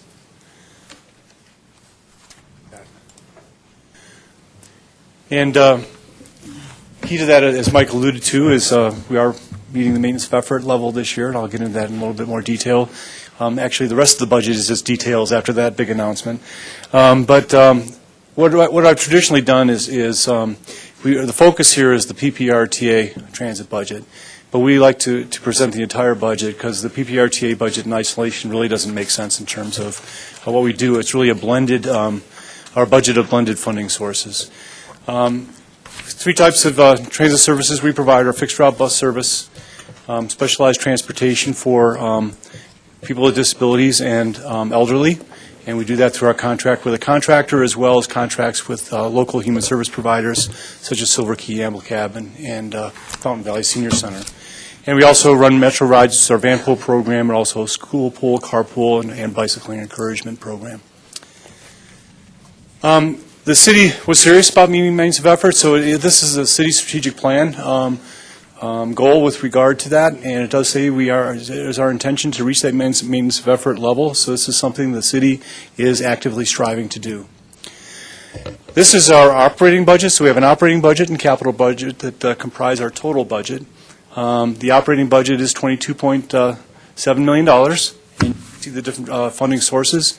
PPRTA funding comprises 39% of our revenues. the balance coming from the city's general fund, federal grants with regard to operating and also fair and advertising. The majority of that is our fare revenue from our passengers. And this is where the money is going, so still that same $22.7 million amount. 58% goes to fixed route, 22% goes to the ADA paratransit service that we provide for people with disabilities. Also the specialized transportation component, again, people with disabilities and senior citizens that complements our ADA paratransit service. The van pool program, and finally our overall administration part of the budget. Capital side, about another $10 million on top of that 22.7. This is where the money comes from. Federal grants comprise 71% of that. PPRTA is 20%, and that primarily matches the federal grants, and then also state grants as well. And then on the expenditure side, rolling stock, we are replacing and expanding our bus fleet. So there's 6 replacement buses, as well as 4 expansion buses that we're going to need for service for next year, which I'll talk about here in a second, and also replacing 13 to 14 of our paratransit vans as well. Building and grounds is primarily bus stop improvements, bus shelters and bus stops. Also ADA improvements there is sidewalk access to bus stops, which is key. All of our passengers, our fixed route passengers, are pedestrians and need to get to the bus stops. And our IT systems is really the platform foundation of our system. We run a smart system. This is the 5-year financial projection that we've presented over recent years, with the red being our revenues, blues being expenditures, and then the green there is really the carryover reserve balance that we keep, and the gray line is our target operating reserve that we try to retain. Last time we had a recession, it was a big recession, but we were impacted heavily by that. We didn't have an operating reserve at that time. We want to sustain, maintain an operating reserve so we can better weather the next economic slowdown that occurs. But we're also, go ahead. Those lines aren't really going in the right direction. They're not going in the right direction, but if you look long term, we've sustained that. And what we're doing is we're continuing to add service, and we're doing a responsible drawdown of our reserve. Our reserve is higher than the target. Some of that reserve also represents, as we add service, we want to make sure we have money in the bank for 3 years of service. What this allows us to do by having a 5-year forecast is we can see trouble coming, and we can act before it hits. This is just the PPRTA part of the budget, comparing 2017, next year's proposed budget, with the 2016 approved budget. And you can see the differences in the far right column. And that was in your agenda packet as well, those numbers. Now, this is net of carryover. What PPRTA folks have asked us to do is to include these lines, but those lines each include some portion of the carryover. And so this is net of the carryover to show the actual dollars that we expect to expend in 2017.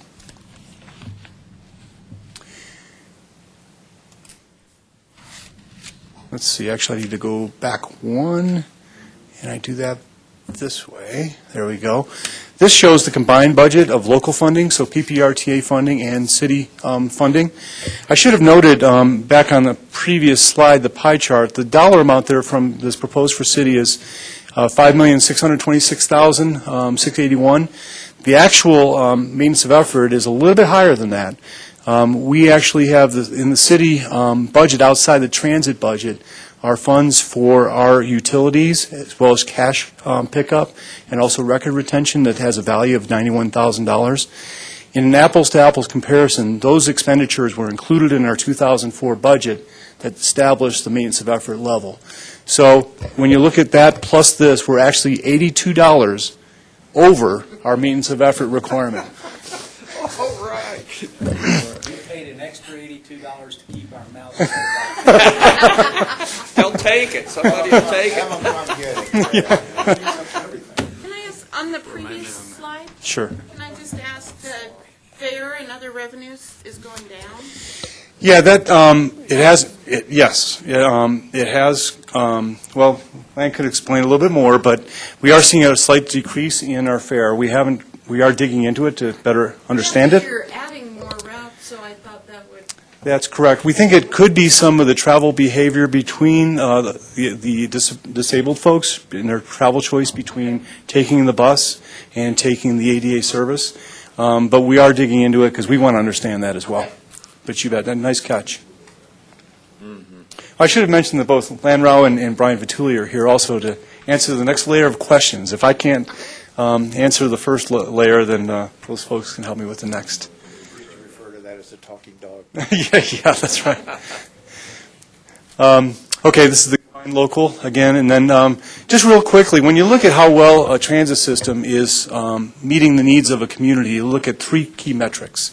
One is the geographic coverage, the area you're serving. Second is the frequency, how often the service comes along, which really gets at the quality of the service.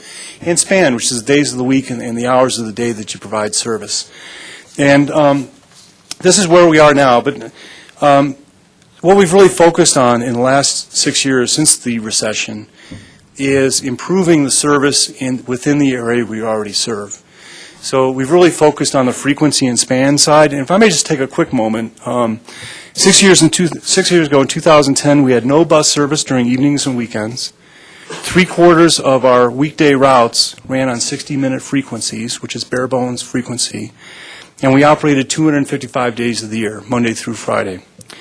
Today, nearly half of our weekday routes run on 30-minute frequencies or better. We've steadily added evening and weekend routes.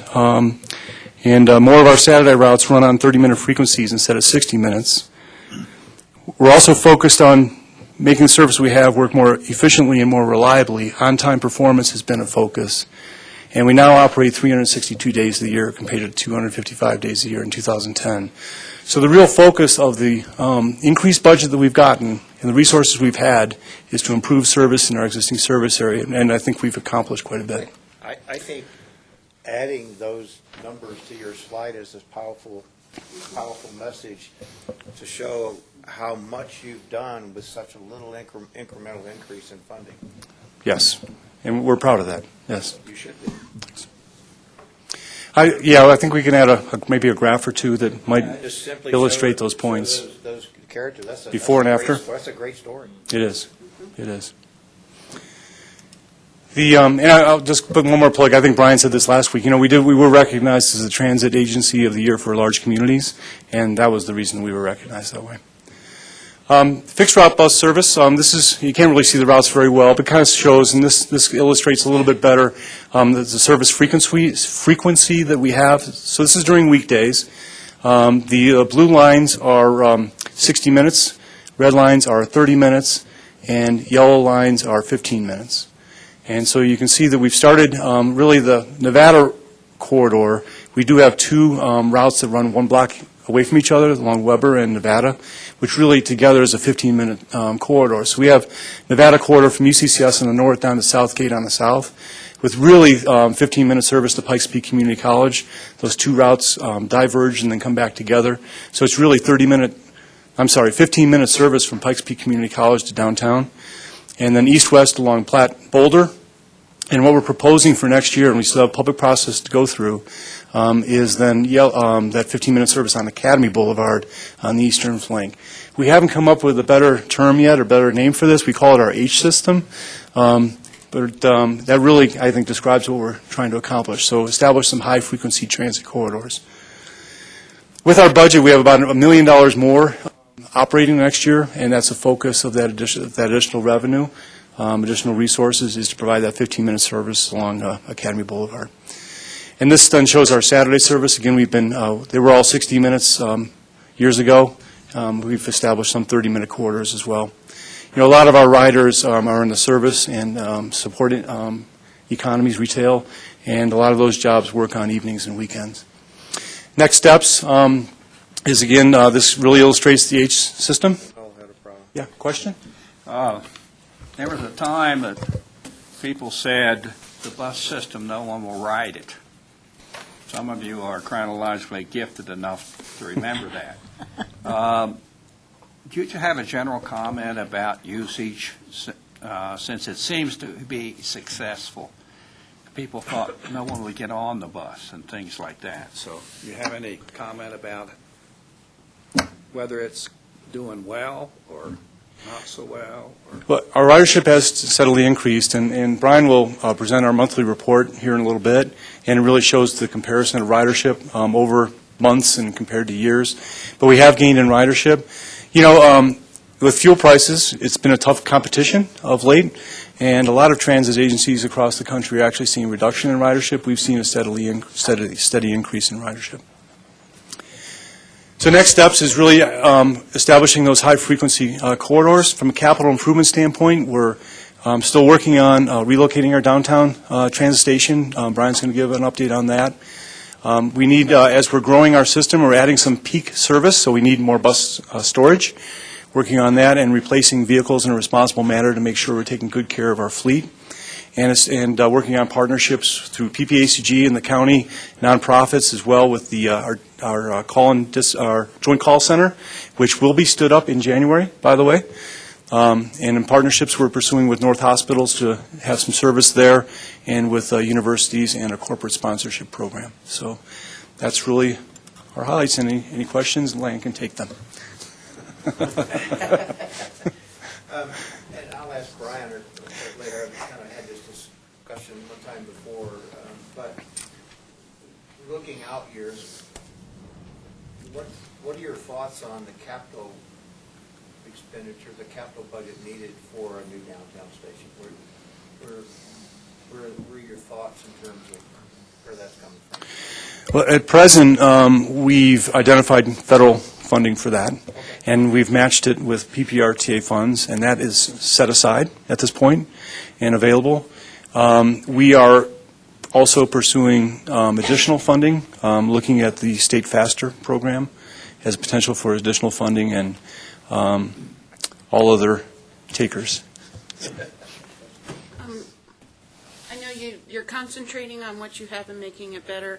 Any plans to move out of the metro area and expand service? At this point, focusing on the northern hospitals and providing service there. Really, there's three audiences there. There are patients, there are patient support group, which would be family and friends, and then there'd be employees. So we're trying to do that through some partnerships there. We did apply for a Colorado Springs Health Foundation grant, a $100,000 grant. Unfortunately, we did not get one this round, but we've heard there's going to be a second round, so we're going to keep pursuing that. Beyond that, you know, it's really when we do the long-range transit plan as part of PPACG, that's really where we establish what our priority is going to be. And so we've been pursuing those. I think the next round of plan update, we're going to continue to look and see where we go next. Any questions for Brian? I mean, for Or for Brian. Anybody? Whomever. thanks. Thank you. All right, that kind of covers the municipalities and all entities of the currently proposed draft budget. Speak now, forever hold your peace for the document we have before us today, which will change next month. I was just going to say, what are you supposed to put forward? So I guess the question that I would have, Good question. What are you supposed to put forward? I guess that was my question. Okay, recommendation to approve the draft 2017 budget, subject to the $5 million line item transfer for the city to make for West Colorado Avenue, and then the county to change some of their carryover figures to reflect this $3.6 million line item transfer to West Colorado Avenue in 2016. So moved. Yeah. And don't, I want to reword it just the same way. Can you give that to Rick so we can put it in the memo, please? Rick gave it to me. All right, Gene? Something's a disconnect with me, because I believe you just said a $5 million line item transfer for West Colorado from the city. Right. They're going to come up with $5 million to cover some of the shortfall that they have. They have 10 point something million. And they're going to figure out where they want to move it from. Right now, today, they don't know, but they're 17 or 16? 17. 17, They so don't have anything it really on isn't a that line now. item transfer, it'll be an amendment to that's the why budget. Yeah, it can be done either way, however they want to do it. If they want to put it in the line item transfer area, they can, or they can just change their budget for 2017. But the point is they're going to move money that they now have in the other capital projects from some of them to West Colorado in the tune of $5 million. Okay, any questions about that proposal as submitted, recommended, and Yeah. seconded? All right, all those in favor, say aye. Aye. Any opposed? Any abstentions? I think I'm still abstaining. No, Murray's still abstaining because of the city part of it. All right. At the minutes, though, everybody who voted aye stoned him. No. All right. Thank you all for your, and I guess is there an opportunity for any public comment on the budget as a whole, what we've done today? Seeing none, we'll move on.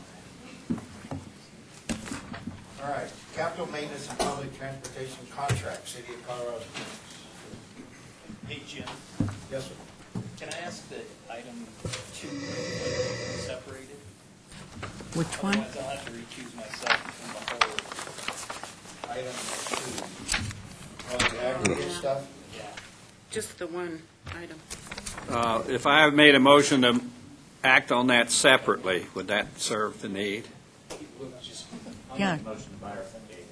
Okay. And Bifurcate it. I will itemize it after the presentation, okay? Do we really need to? He can't vote. Yeah. Yeah, I'm just asking. Okay, go ahead. We'll make, somebody make the motion. So moved. Second. Oh, after the presentation, let's hear the whole thing, Yeah, the whole presentation. the whole presentation, and then make the nomination after that. The whole thing? Okay. All right, good afternoon, Mike Chavez, City Engineering. Thank you. Got several contracts for your consideration today. The first one is a change order to NV5. That's the continuation of getting some engineering support and program management from NV5 to help the city with the RTA projects. We're just basically exercising a renewal option or a contract change order option. Mike, in your memo, it shows an extension, and it went through an RFP selection in 2010. How many years was that contract awarded for? It was kind of open-ended, the way it was worded, and part of that is because the staff we have has kind of been around for a while, so they're very knowledgeable and kind of, Contracting? yes, yeah, we talked about that. That was a question. Mike, I've got some concerns about a contract like that it sort of becomes disconnected from the market because people stay in. I noticed that in your cover sheet, you say these are on-call or as-needed people, and yet all 4 are listed as full-time employees. When you look at the package, and I looked at last year, you gave us just basically the cover sheet. This year you gave us more, which I think is outstanding because I think service contracts deserve a little more scrutiny because they're harder to quantify. And you said there was something about an on-call? Well, in your very last paragraph on the first page, it says, on an as-needed basis, but you've got everybody listed as full-time. Oh, I see. And yes, and the reason for that is there's been times or there's a possibility we may need more support. We've actually have pared down from RTA 1. But you don't have any more money because you're asking for enough to pay for these 4 people. Yes, but if that would be another change where we would come to the board for approval if we needed more help. As I look through this, I've got a question. Do you have bridge inspectors on your own staff? No, we don't. You do not? No. So that you rely just on this contract for your bridge inspectors? Yes. Unless we have, we do, You got a bridge engineer. we have some bridge engineers who kind of, run the program and they use these inspectors for the field work. Now, we do have bridge inspections on a kind of a 2-year rotating cycle that we RFP separate consultants to do that program. And those we RFP those every 2 years. Last year, this was a 3-person effort. This year, it's a 4-person effort, and this Tom Richardson is listed as a bridge inspector, but none of his tasks list him as inspecting any bridges. We have him, let me see. So, yes, we did add Tom this year. He's actually been working on the Chestnut project, which is a bridge project. And we anticipate using him on another bridge project, which we are looking at bidding. Is the Mark Dabbling culvert pipe replacements that we are trying to finalize design on. So that is where that 4th person comes this year. When does this contract roll over? When does it renew? Is it in March, like when the original one was? No, it's a year, at the end of the year, calendar year. So it's January 1st Yes. renewal date? Mm-hmm. I've got like 6 years of contract management experience, and my experience says that anything beyond 5 years is probably a shaky arrangement. Not throwing rocks at anybody here, but they tend to get they sort of lose their focus after 5 years. I would think that it would be prudent to go ahead and do a full and open competition on this work. You may end up with the same people. Mm-hmm. But I would think that that would be a prudent thing to do to reestablish the baseline. NV5 is a national firm. I think you could probably assume other national firms will bid on this work. You may end up saving money. You may end up with the same people. You may end up with all new people. I just have very serious concerns about it, this sort of rolling relationship that just keeps going on and on. It was never definitized in the first place.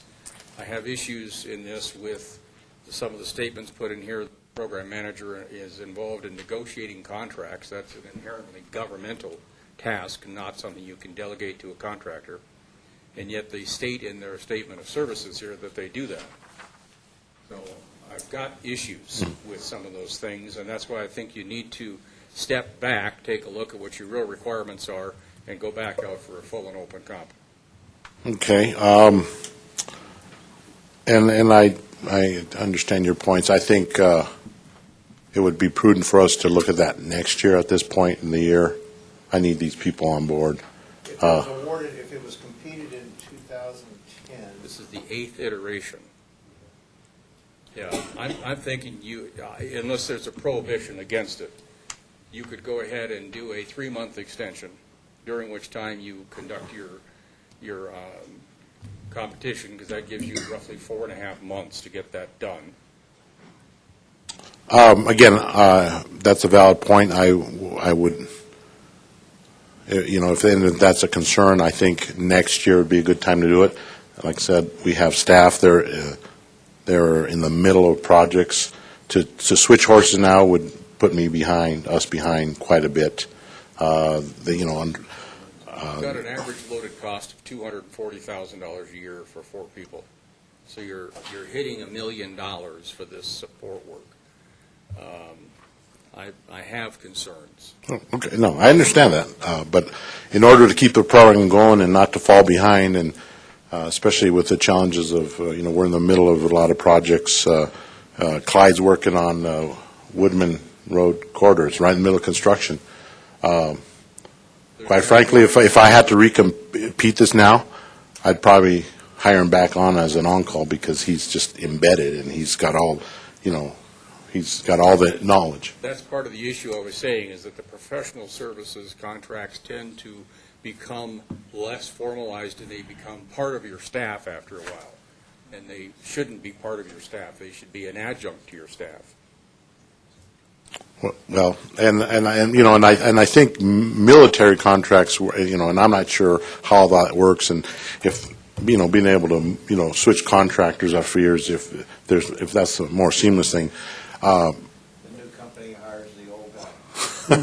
They change the badge on their shirt. That's it. And that does happen a Yeah. lot. But my no. experience is when you recompete stuff, I recompeted 21 contracts at one point. I increased the number of pilots for training by 30%, and I cut my costs from $52 million a year to $26 million a year. because we made them take a serious look at what they're Yeah. doing.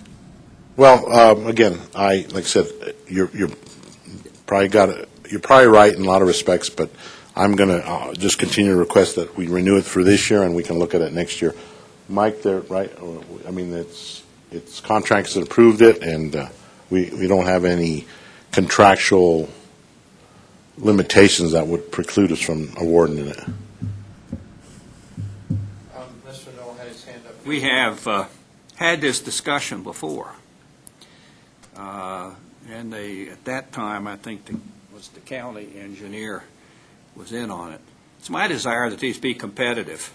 If you don't bid them, you don't know whether they're competitive or not. I can understand the emergency situation and ease, but we've been through these discussions before, and I thought we had asked the staff to bid the jobs. And I still believe in that, and I think you get better cost and service. Okay. John? I understand where Tom is coming from, having also been a contract manager. However, I'm very satisfied with what Mike is presenting, and I agree that next year would be the time to do it. And let's just go forward through with what they've proposed for this year. I can certainly take the concern forward as part of the discussion to the board. My motion is going to be that it be put in language that it be competed for next year. And I'd second that if you need it. Gene? Now, you're not making that at the moment, are you? Not unless you want me to. Make it and do it. Let's finish the discussion first. Gene? I'm still a little confused on on an as-needed basis and the funding that appears to be full-time for all of these. Can you explain how you're going to manage the cost, and they're not making money off of us because they're working on two different contracts because they're not needed right now? No, they are dedicated full-time to RTA projects. I think the as-needed basis was in case we needed to bring on more staff or not staff, but help. As in this year, we added, in 16, we added Tom to help us with the inspection of Chestnut, and we foresee need to keep him on into next year for some additional bridge projects. We had, before the 2010 renewal, we had like 7, and that was cut back. Mainly because of the recession and less involvement. We are RTA 1. Our Nolte staff pretty much did all the RTA projects. PPRTA 2, we've actually been able to get city staff to manage, about a bulk of them, half of the projects. So they're managing them. But there's still some additional help needed for the remaining projects, so we've been utilizing NV5. The way the paragraph is worded at the bottom of page 1 is 4 people on an as-needed basis. And that need is full-time All right. at this time. But you said, just got through saying that was in there to allow for expansion if you needed. There's a disconnect between what's here and what you're telling us. That's what I'm reading up. Okay, well, maybe I didn't word it good, but right now, the proposal shows these 4 people, full-time, and if we need additional help, we would have to come back to the CAC board for... For the purposes of your memo, Mhm. if you just move that sentence on an as-needed basis to follow inspectors for the art project and additional staff as needed, or additional personnel as needed, I think it would clarify that paragraph and remove the ambiguities of that. Okay. All right, we can do that. And it doesn't change your contract, it's just for clarity of the No. memo. Okay? All right. Will that change be made for the board meeting? Is that what you're? Yeah, I can do that. That's what I was requesting, just remove that ambiguity of the board confusion. Okay. No. Mike, does NV5 typically use their full contract amount, or do they usually bill short of that? Typically, they come under it, and then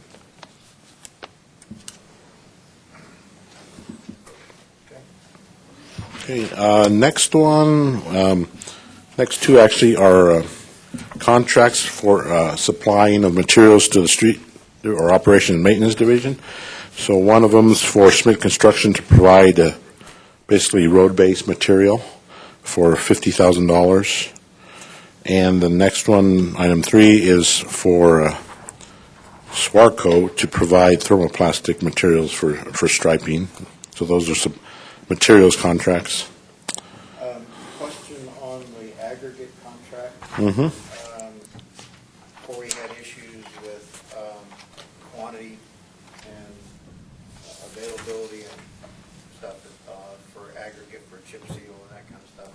You guys resolve that from a source perspective for next year? Not sure. This is, I think this is more for construction, yeah, road base. Not chip seal? Not, yes.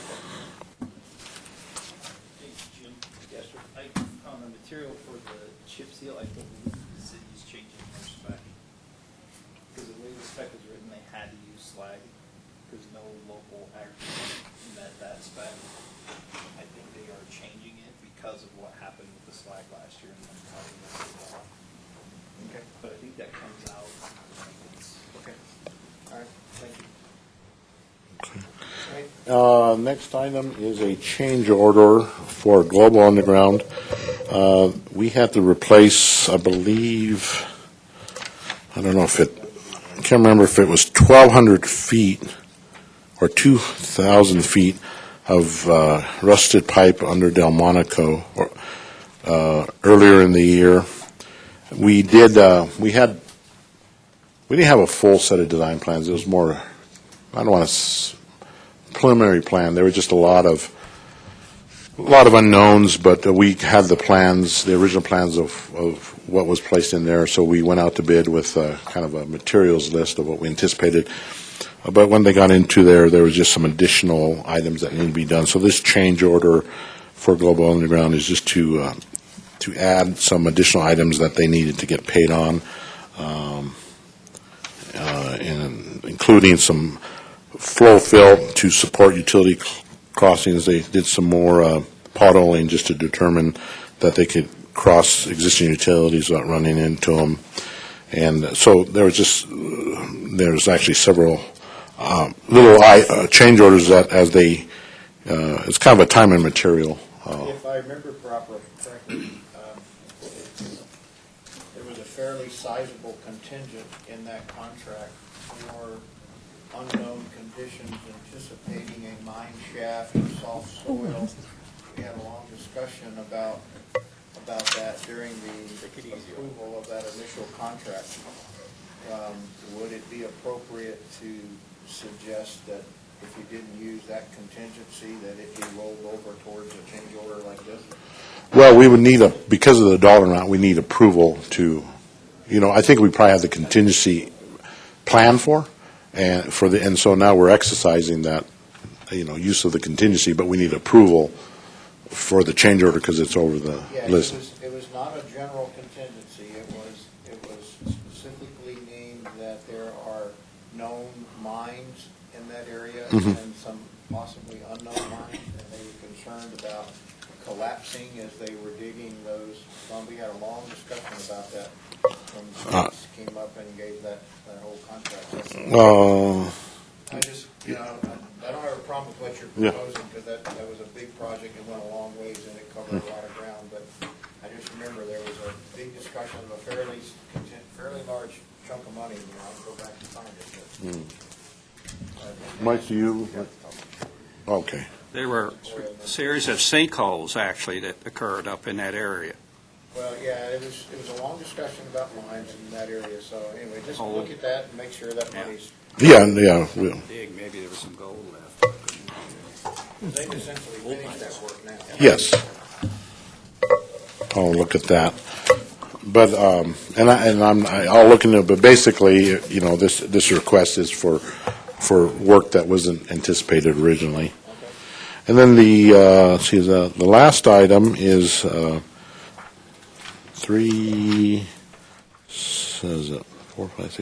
7 or 8 contracts.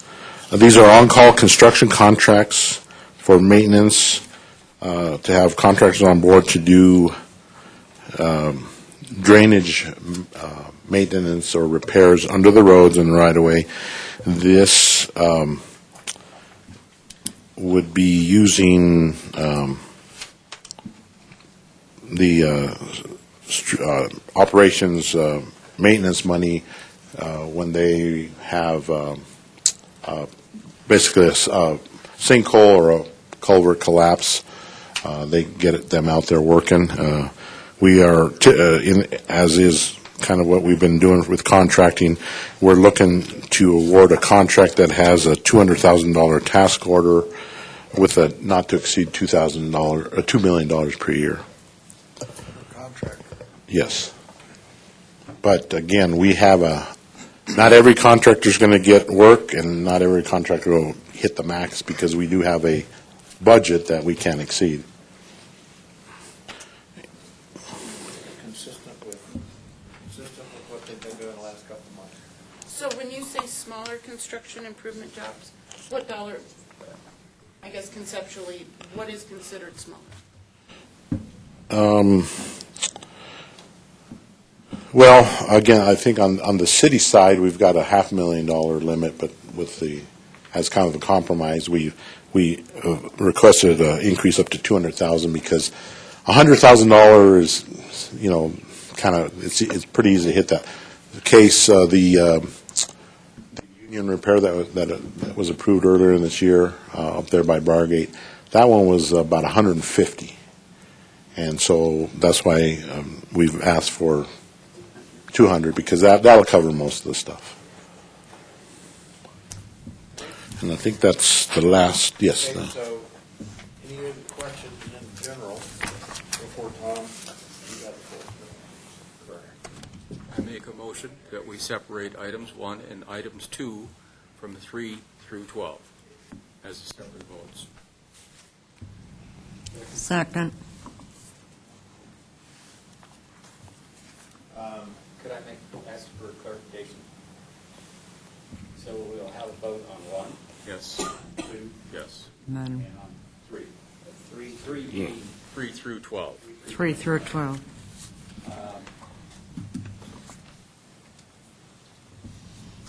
I'd like to make a friendly amendment. I would like 1 and 2 as they are. I would like to separate 3 and 4, and handle 5 through 12 in the total package. Can I ask why? Yeah, okay. I had some serious issues, just like Tom does with the first item. I'd already bifurcated these. I have a request to recuse Jake for item 2, so it'd be voted on separately. He can't vote, he can question, but this is conflict of interest, and I appreciate his bringing us attention to it. It does not appear that there's any issues with items 3 and 4. I suspect there might be some discussion about items 5 through 12. All right, so let me just, on 5 through 12, our concern about task orders, this type of contracts that are being proposed has been presented for the last at least 3, if not 4 months to the board. The board has no problem with it. We've made our point. We've voiced our concerns. I'm just not sure why we continue to do that. It's not going anywhere. I'm just throwing that out there. But I think it does bring it to the board that there is still a concern from this body concerning those kinds of things. And the board's answer to our concern about oversight is that they feel that the staff, the oversight provided by the staff and Rob is sufficient. That's their direct words. We feel that that oversight is sufficient. I don't mind doing it. I'm just telling you. Yeah, they will do what they will do, but I think we can still say that there is a general concern. It's a majority vote. I'm just throwing out a discussion. I mean, you two. No, just, this one is brought by me. Do we have a vote on the friendly amendment? Drainage inheritance on smaller construction improvement projects. Now you're putting a greater burden on staff to go run around, not looking at a $3 million construction project, but I got some issues that I'll address with you that we talked about during some meetings. It's this drainage. Is it stormwater drainage or is it directly related to roads? Roads, the same thing we've been discussing. It's roadways and right-of-way. Culverts and other drainage facilities that need to be fixed under the road or in the adjacent right-of-way as part of roadway maintenance. We don't want to pave a road that we haven't fixed the culvert. That would be very irresponsible, and that's the reason that we put more effort to try to be more proactive in taking care of the road, just like streets, make sure the curb and gutter and is fixed so that when we pave, we don't have a bad curb that's going to let all the water underneath subgrade and fall apart.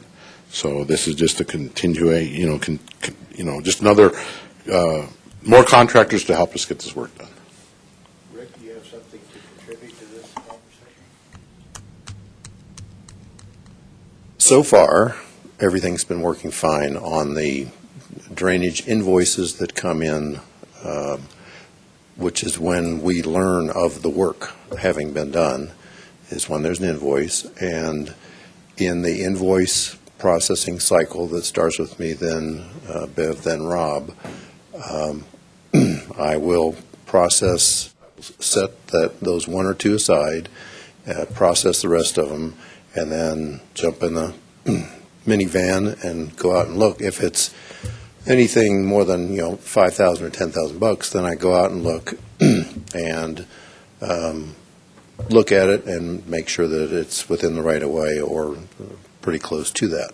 So far, that's been working out fine, and there haven't been that many that with my going out, taking 45 minutes or an hour, whatever it is, wherever the project is, that doesn't delay the invoice processing cycle, so we're not holding all the vendors up for one invoice. So far, it's been working just fine, where I have to go out and look at one or two per invoice cycle. Comment. All of the contract letters in here do say on-call roadway drainage improvements. The text says provide on-call roadway drainage improvements on smaller construction improvement jobs. Would it satisfy you if they added the word after that reads task order page contract on-call roadway drainage improvements roadway construction projects? Does that help alleviate your concern? Yeah. Have any comment on that? No, that would be. Let me turn to the first one so I can make a note of that. Jim, Yes, ma'am. where are we on the amended, friendly amendment to Tom's motion? We are. Nobody's voted on that. We're in discussion about whether Tom wants to accept that friendly amendment or whether we approve one and then do another. So, Okay, I'm just trying to no, I didn't keep make us a- rolling. provide a comment. That's up to Tom, right? All right, where are you at, Tom? Well, wait a minute. I asked for a friendly amendment. Did anybody second it? That's just it. I don't believe anyone did, and that's why I'm asking what we're doing with it. Discussing. Well, we haven't had a second. There was no second. I second. Okay, will you accept the friendly amendment? His. Got at least three. All right, so he accepts it, does the original seconder of that message accept it? I think I was. That was Jim. So, would someone care to repeat what the friendly amendment second? Good luck, Charlie. The friendly amendment was to bifurcate item 1, the contract extension for NV5, item 2, to excuse or recuse Jake, because of conflict of interest. Exclude items 3 and 4 by themselves and treat 5 through 12 as an individual item. So you would have 4 votes. 4 votes. Okay? After the bifurcation motion. After the bifurcation. After the bifurcation vote. If it's approved. Does that amendment make sense to everybody? We have a amendment. Let's do it. Second amended. Any further discussion? All those in favor say aye. Aye. All those opposed? All right. So now, I move the approval of the items 3 and 4 as presented. any discussion? All those in favor? Aye. Any opposed? Was Gene the second? Yes. Thanks. Okay. Do I hear a proposal of recommendation for item 1? Tom? I move that we approve the funding for this year with a statement that we are strongly recommending the City of Colorado Springs recompete the contract for calendar year 18. Second.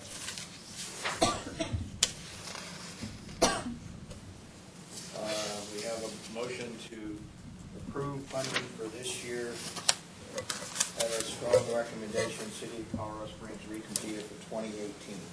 We have a second for that motion. Second. Got it. Clarification, discussion. No, clarification. That year that you referred to is specifically calendar year 2017. This is for 2017. 2018 contract year. It's not 2017. No, this is the 2017. No, it ends December 31st. 31st. January to December, we're approving calendar year 17 for the recompete, or recommended recompete for calendar year 18. Correct. Can I just ask, do you have any issues with that, Mike? No, so like I said, it's it's a valid point, and Okay. All those in favor? Aye. Any opposed? Yes. Okay, Just one. one opposed. One rebel. All right, do I have a, Yes. Want to make that clear? hold on, I gotta make my note. I'd like to make clarification if I could. I think it should be done in 6 months. It could be. Okay, that's the reason for your approval. That's correct. Okay, vote is taken. All right, for item number 2, the aggregate materials. Move that it be approved as presented. Second. James, second. All those, any discussion? All those in favor? Aye. Any opposed? Any abstention? I think so. Jake? Now we go to. Now we're on. Items 5 through 12. I move approval of 5 through 12, as presented. Do I have a second for 5 through 12? I'm sorry? Do you want to add the addition of roadway construction? Oh, the word roadway right before construction, you're right. yeah, that's. Make clear to everyone, if you look at, these are all boilerplate, with the exception of 3 or 4. And the project description, line 2, add the word roadway prior to the word construction. Roadway improvement project, smaller roadway improvement. Yes. Yeah, okay. All right, everybody, Ed, your support the second on that still? Okay, so we have a motion and a second. Any further discussion? All those in favor say aye. Aye. Any opposed? Any abstentions? Thank you. Motion by Ed. That's why you got the big job. Yeah, that's right. Making the big. And making the big bucks, that's right. Oh, he does get All right, twice a let's month. move on with this. Oh, well, that's more El than Paso that. County. We're still under item 7, capital maintenance and public transportation contract.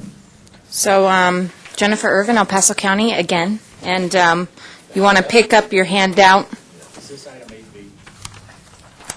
It is, No. it is, no. it No. is 8A, 7. 7B. B. It's a new one. Right. So I'll just go over these briefly, and because we've kind of talked about all this, so if you have any questions, I'll be happy to answer. But we have two contracts. Both of them are for Colorado Avenue. One is for design contract amendment, and this is for additional support for the design contractor, who is Felsberg, Holton, Olivig, and this is for $2 million. And I know this seems like a lot, but we still have a lot of property acquisition to do.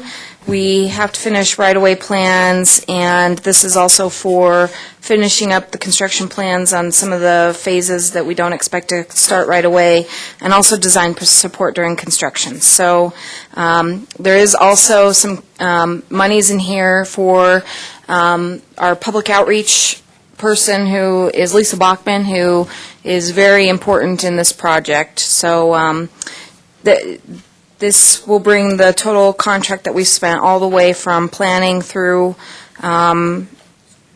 hopefully through the end of the project, is $4.3 million. So be happy to answer any questions about that one before I move on to the next.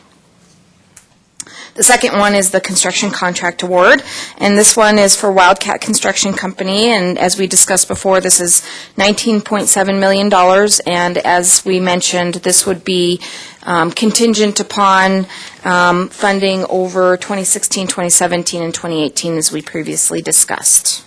And that's all in the contract to have? Yep. These specific? Yep. And they've agreed to that, so, and they're aware of that, and as they said to us over the phone the other day, that's not unusual. That's something that we're facing a lot with a lot of different entities now, is looking at funding over several different years, so. One question on the final 10% design. This estimate was based on 90%, I mean 80%, right? So you said 90%. Yeah, 90% design, and we say that kind of broadly because there's some portions of the corridor that have further design lengths or completion, and there's other parts of the corridor who are probably at 70%. But from an overall standpoint, we went ahead and bid this project based upon final design. Final 10% on a kind of design build, or you want to go ahead and finish the design and then add that in at a later time? Both. I'm okay with design build.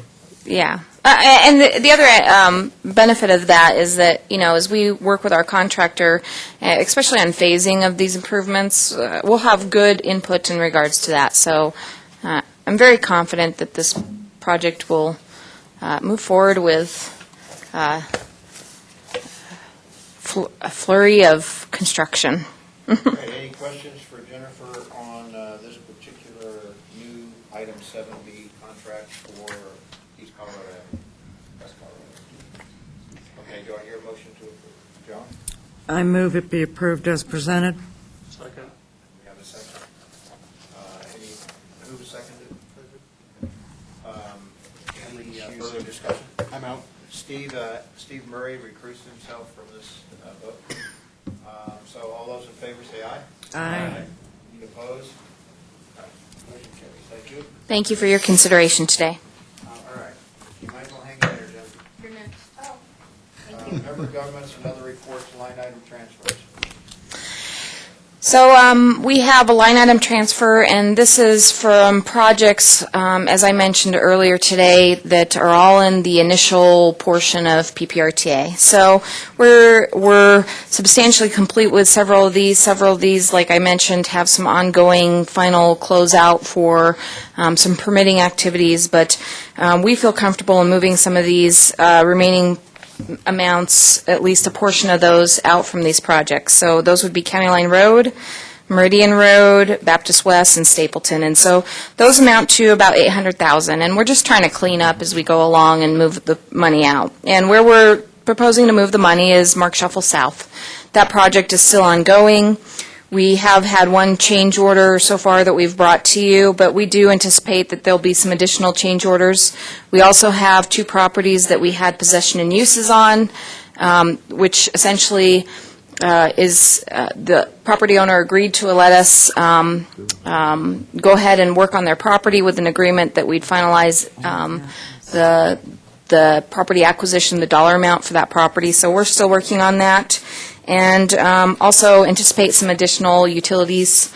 We have encountered some things out in the field. So as we mentioned previously in previous meetings, we really want to make sure that we are using the monies that we do have, trying to stay out of that. I think it's approximately $4 million capital pool. So this allows us to go ahead and do that and account for some of these additional items that we anticipate will be coming along. And, of course, we'll bring those to you. These transfers are from projects that are either complete or substantially complete, and we're trying to make sure that we close out these, remaining projects as quickly as possible. So today, what I'm asking for you is two things in general. So moving the $800,000 out of these for projects, but I want to be clear that we're moving that into Mark Shuffle South. And what that does is that increases that project budget from about $31.4 million to $32.2 million. So we anticipate that will be sufficient to finish that project. Second. Under discussion, great news, great job on keeping this project moving and under control. It shows what good project work and rescoping, working together on difficult projects. So great job, guys. Appreciate it. Okay, any further discussion? All those in favor, say aye. Aye. Any opposed? Any abstentions? I just want to mention Dennis Barron, who's the project manager on both Colorado Avenue and this project, is here today on Mark Shuffle South. So he's doing all the hard and heavy lifting. He's doing a great job, and these projects are very successful because of him. I want to mention the Baptist West project that we recently and are going up Monday to receive the award from APWA for Colorado Project of the Year award. That's another one that Dennis worked on. So I think we have fine staff at the county who are handling these projects, and just want to mention him because he's doing a lot of hard work. Great, thank you. Are you going to give motorized, what do you call them? Not the board. To get between the two projects, there's going to be one on the west side. A Segway? Oh, a little moped? Well, last time he had one on the very north side and the one on the very south side, so Dennis is... Segway. Jennifer, has anybody notified Union Pacific to take down the whistle sign on Baptist yet? Anybody notified Union Pacific to take down the whistle sign on Baptist yet? We'll talk about that afterwards. I'm not sure what you're talking about, but we'll follow up. Crossbucks? Sorry, aren't you glad it wasn't you that was talking? Oh, absolutely. Yeah. Good afternoon, Brian Vituli, City of Colorado Springs Mountain Metro Transit with your monthly transit report. For our fixed route service, we saw a very slight decrease of less than 1% over September of this year to September of 2015.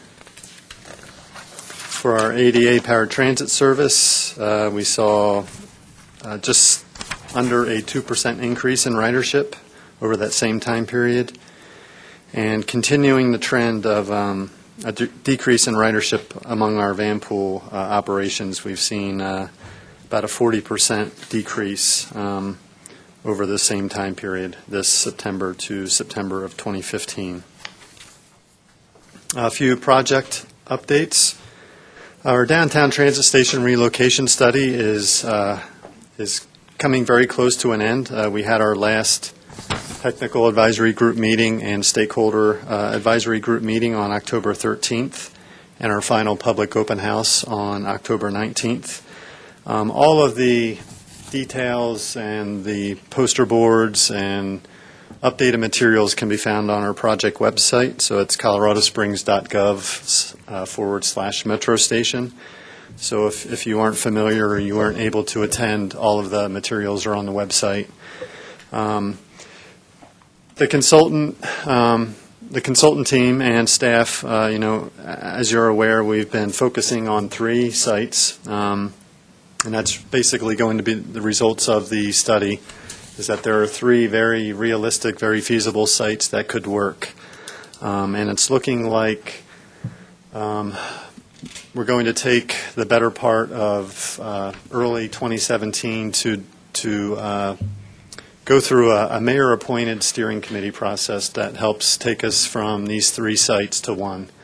So right now we're trying to develop some of the steering committee members, provide a list to the mayor's office, and have him make the final appointments. So we at our CTAB meeting yesterday, we had a few volunteers to be part of that process, and I'd like to say the same to you or give you all the opportunity. Jim Godfrey was one of the stakeholder group members. So I'll just throw that out to you all. And okay, all right. And that's looking to be.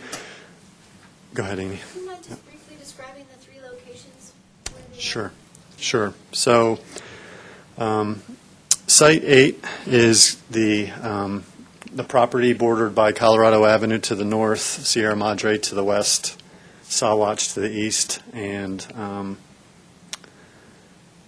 whatever is one block south of, it's Vermejo. Is it Vermejo? It's the old bookstore. There's a old bookstore, and there's a United States Postal Service maintenance facility that borders or bounds Sierra Madre. So that's Site 8. Now, I should say it's the majority interest of that block is owned by a family, so it's not going to include the 2 surface parking parcels that are right on Sawatch. There are 2 surface parking lots in that northeastern corner of the site. So it's going to be 3/4 of the block that would be recommended for our station. The second site is Site 12, which is borders Nevada Avenue, borders the west, directly across from the Pioneers Museum. So it's where the old CHSP building is, the same block that the Independent is on, in Colorado Springs, Indy. And the third location is Site 17, which is the 2 blocks of Pueblo Avenue. So, yep, from Nevada to Wasatch. So the first 2 are privately owned, and the third final site, Pueblo Avenue, it's city-owned right away. So it's our one public option. So Where's the funding coming from? For what? You decide on a building or whatever you're going to do. Well, yeah, Craig addressed that a little bit. It was in our budget presentation. We already have some funds identified. We'll likely need more funds, so faster state funds and most likely FTA funds. What's that? It's not going to be coming from PPRTA. No, there could be PPRTA dollars that match some of the funds, if I believe correctly. I'm going to try and get out ahead of this. Rick, we had a problem in 2005. The first one came when we decided to buy vehicles, and it's still an issue. Policy 24 addresses some of it. Now you're talking about a different type of property. It's a real property, potential. If you end up with a building of some sort, plus being on either purchased private property or leased private property, or whether it's on public right-of-way, you still have, I think there's some legal ramifications, insurance and others, potentially. PPRTA wouldn't own it. I'm sorry? PPRTA wouldn't own it. If they funded part of it, they should. No, they don't do it. No, we just, There's No more than we own the road. type of property, though. That's well, we don't need to solve that today. I just wanted, It's certainly worth considering to make sure that we are not violating the intent of the ballot measure in terms of it would certainly be capital money. I'm not sure that transit qualifies for capital other than for, well, buses you do though, right? Yeah. So, we certainly need to just raise that to make sure that how that would work. Make a motion, Chair and Vice Chair look into it. Staff can address that, I Yeah, think. one of those things are so Hammond. Does that answer your question other than? Yeah, it was just, I don't want to cut it short, but I don't, it can't solve it today. So Right. I don't think so. Okay, so yes, we'll put your name on the list for consideration for the steering committee. And the second project update is the Manitou Springs shuttle services. Finished the 2016 summer season with ridership over 150,000 trips, which is a 30% increase over 2015. And what's very notable is it already was well above 2015, but that's assuming or considering that the incline closed on April 20th for construction, and ridership, we saw a direct correlation that ridership dropping when the incline closed, but we were still already so far ahead of last year, so it just proves the ongoing success for that. Yeah. And Mr. Knoll isn't here to hear this any longer, but he asked the question during Craig's budget presentation about ridership, how ridership's trending over the last couple of years. 2015, last year, was the first time since 2009 that ridership was above 3 million passenger trips. And 2009 was when we had our most robust system. We had routes going throughout the region. Had the most amount of funds going toward the operation. So this is, we're anxious to see what 2016 shows us, but we're believing that we're on that continuing trend. So it's a good sign. Are there any questions? I might just add, go ahead. Oh, I just have a clarification question. The location on Pueblo, is that between Weber and Nevada or between Weber and Wasatch? Well, the northern block, exactly. The northern block is between Nevada and Weber, and then the southern block is Weber and Wasatch. Okay, so you take the whole thing? Yes. Just to comment on the shuttle, some of you that weren't at the board meeting may not have heard this, but correct me if I'm wrong, but as a result of rerouting your bus route that goes through Manitou, it comes around, they had to come out on a street that didn't have a traffic light, which created problems and delays and timing and whatnot for the bus route. And CDOT approved a traffic light for that intersection off Manitou Avenue there, which to allow the bus to get out more efficiently. So Manitou's benefiting, and so are the riders on that route that aren't necessarily taking the shuttle. Is that right? Yes, it's correct. I think the city of Manitou Springs will still be seeking funds for that new signal. But yeah, this is part of a larger plan to have our routes operate in and out of Manitou Springs more efficiently, and a signal there at El Paso and Manitou Avenue would greatly help that. Great. Any questions for Brian? Tom? Do you have any information whether Uber is having an impact on what you're doing? And whether what? Uber or Lyft? No, not at this time. We're not aware of any impact.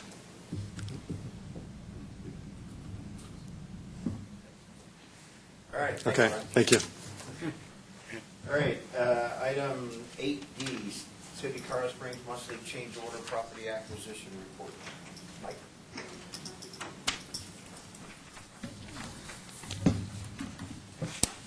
Mike Chavis, City Engineering. This log is informational. Entertain any questions that you might have. Any questions for Mike? All right, thanks. All right. Recent board actions. While Rick's coming to the floor, I'd like to point out item 5. If you didn't read the memo, the board did not approve the vans as specialized vans. They felt that they were generic. They do listen. And it was a split vote. 2 negatives, 3 positives, and 1 abstention. One abstention, yeah, 3-2-1. They felt that I'm sorry, the other way around. 2 positive, 3 negatives, and 1 abstention. So they felt like that it was stretching into the gray area of the specialized vehicle by buying a generic one and turning it into a specialized vehicle. So anyway, just pointing that out. Any other comments? No? Any other questions? Okay. Administrative action, Jake, they're all yours. You saw this in last month's packet. The update is on the back, the large paragraph, and I have a further update to add verbally. So based on the different actions and communications we have, Jim Godfrey has applied for reappointment. Tom Rogers has applied for either the open at-large regular seat or another term as an at-large alternate.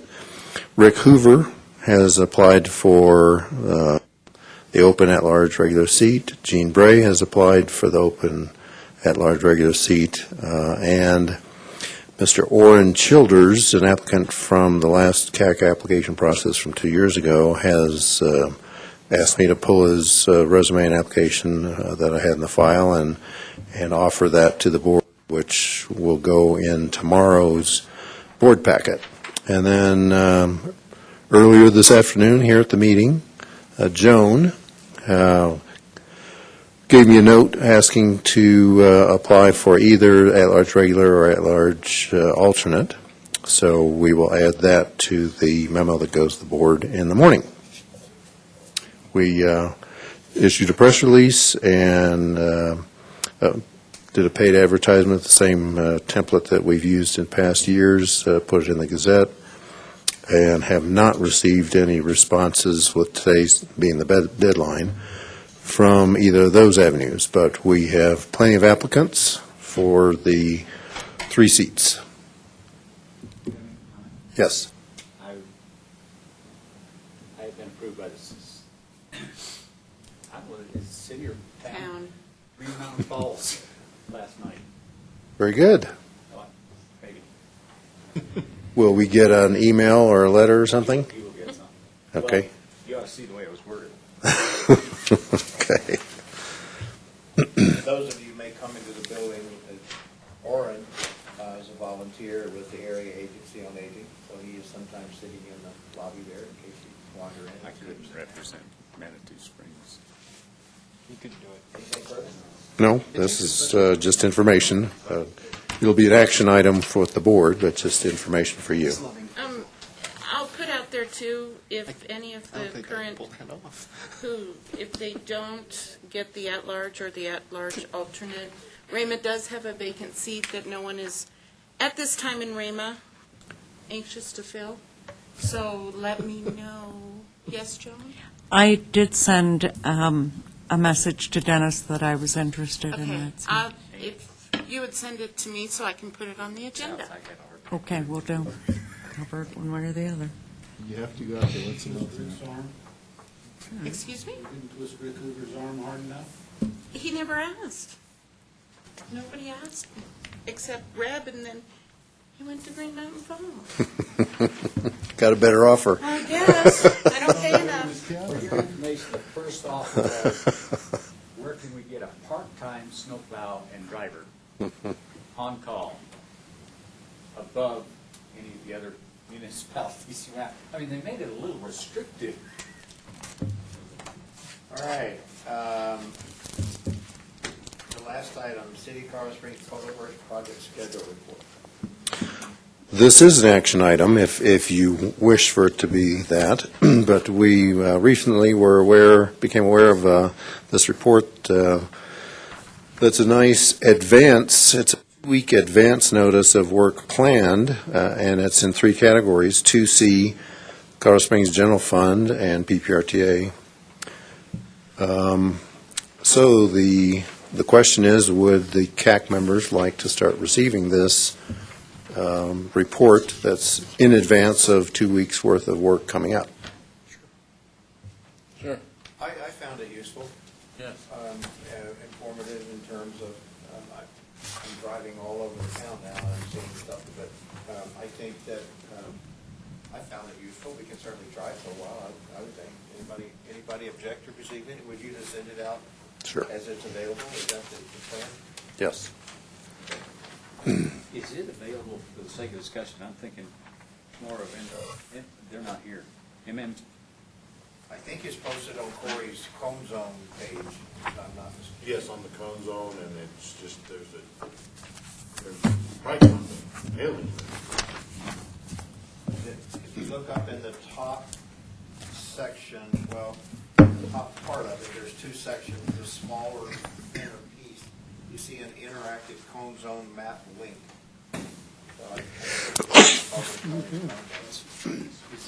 Is this furnished to the Mountain Metro? Is this furnished to them without having to look it up so they can dispatch their, they're not here. Yeah, but no, they receive, all city departments get it. Okay. I'm not sure how big the email distribution is, but certainly add to it. Well, there's been a discussion because of the public transportation of this dispatch, and they're working on, is the dispatch should be up to date now?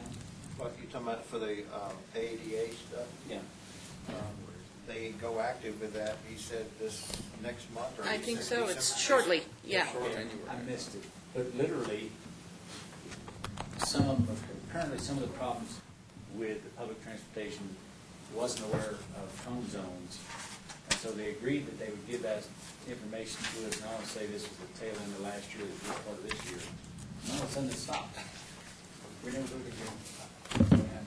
So how would you distribute? Just email, or what are you thinking? Well, one option is that it could come to me, and then I could send it out to all of you, because I have all of you in a group contact group. And I keep that updated, so as CAC members come and go, rather than have the city have to add or delete, it could just come to me. That's one option, or we can just say, if you want it, contact the city and get on their email list. So I don't care which. I recommend that we,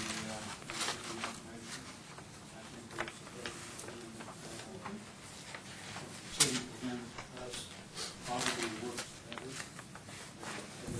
Other avenues, simplifies the coordination process and lists, and we approve that. Second. It's motion. Tom, okay, go ahead, you have a You second? got a second on Reb? Okay. All those in favor? It also. Can I hear that motion again? Now, on the next item for the. Rick's going to email it to all of us. Oh, okay, because I couldn't hear. Thank you. Agenda topics for next meeting. Rick, I noticed in the paper that Corey gave his final brief to the 2C Advisory Committee about a month or so ago. I know he's kind of busy right now, but could you maybe query him and sometime in the next month or so give us an update on 2C? Sure. There was a little bit of article in the paper with some Right. tablets, some tables and some expenditures. I think just a brief update, don't have to be elaborate, too long and elaborate. But Okay. Is that okay with everybody, have an update on 2C? Yep. Any other communications from community members? We're adjourned.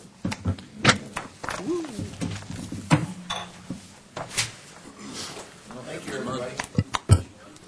Peace, love, and hippie, huh? I guess I'm close enough, they let me. Okay, do you want us? That's great. You can put it on here. Colorado Avenue, I get to know them really well. You know, there's Type it up for you. Yes. well, just the PPRTA. You're just doing such a good job. Right, I've got it covered. Yes. Yes. Well, if you have any of those friends, By the creek. Yes. Because, and I guess I feel that. It's 5:45. Hey, I know. Yeah, I do. And so you feel Yes. franchise. Yes. And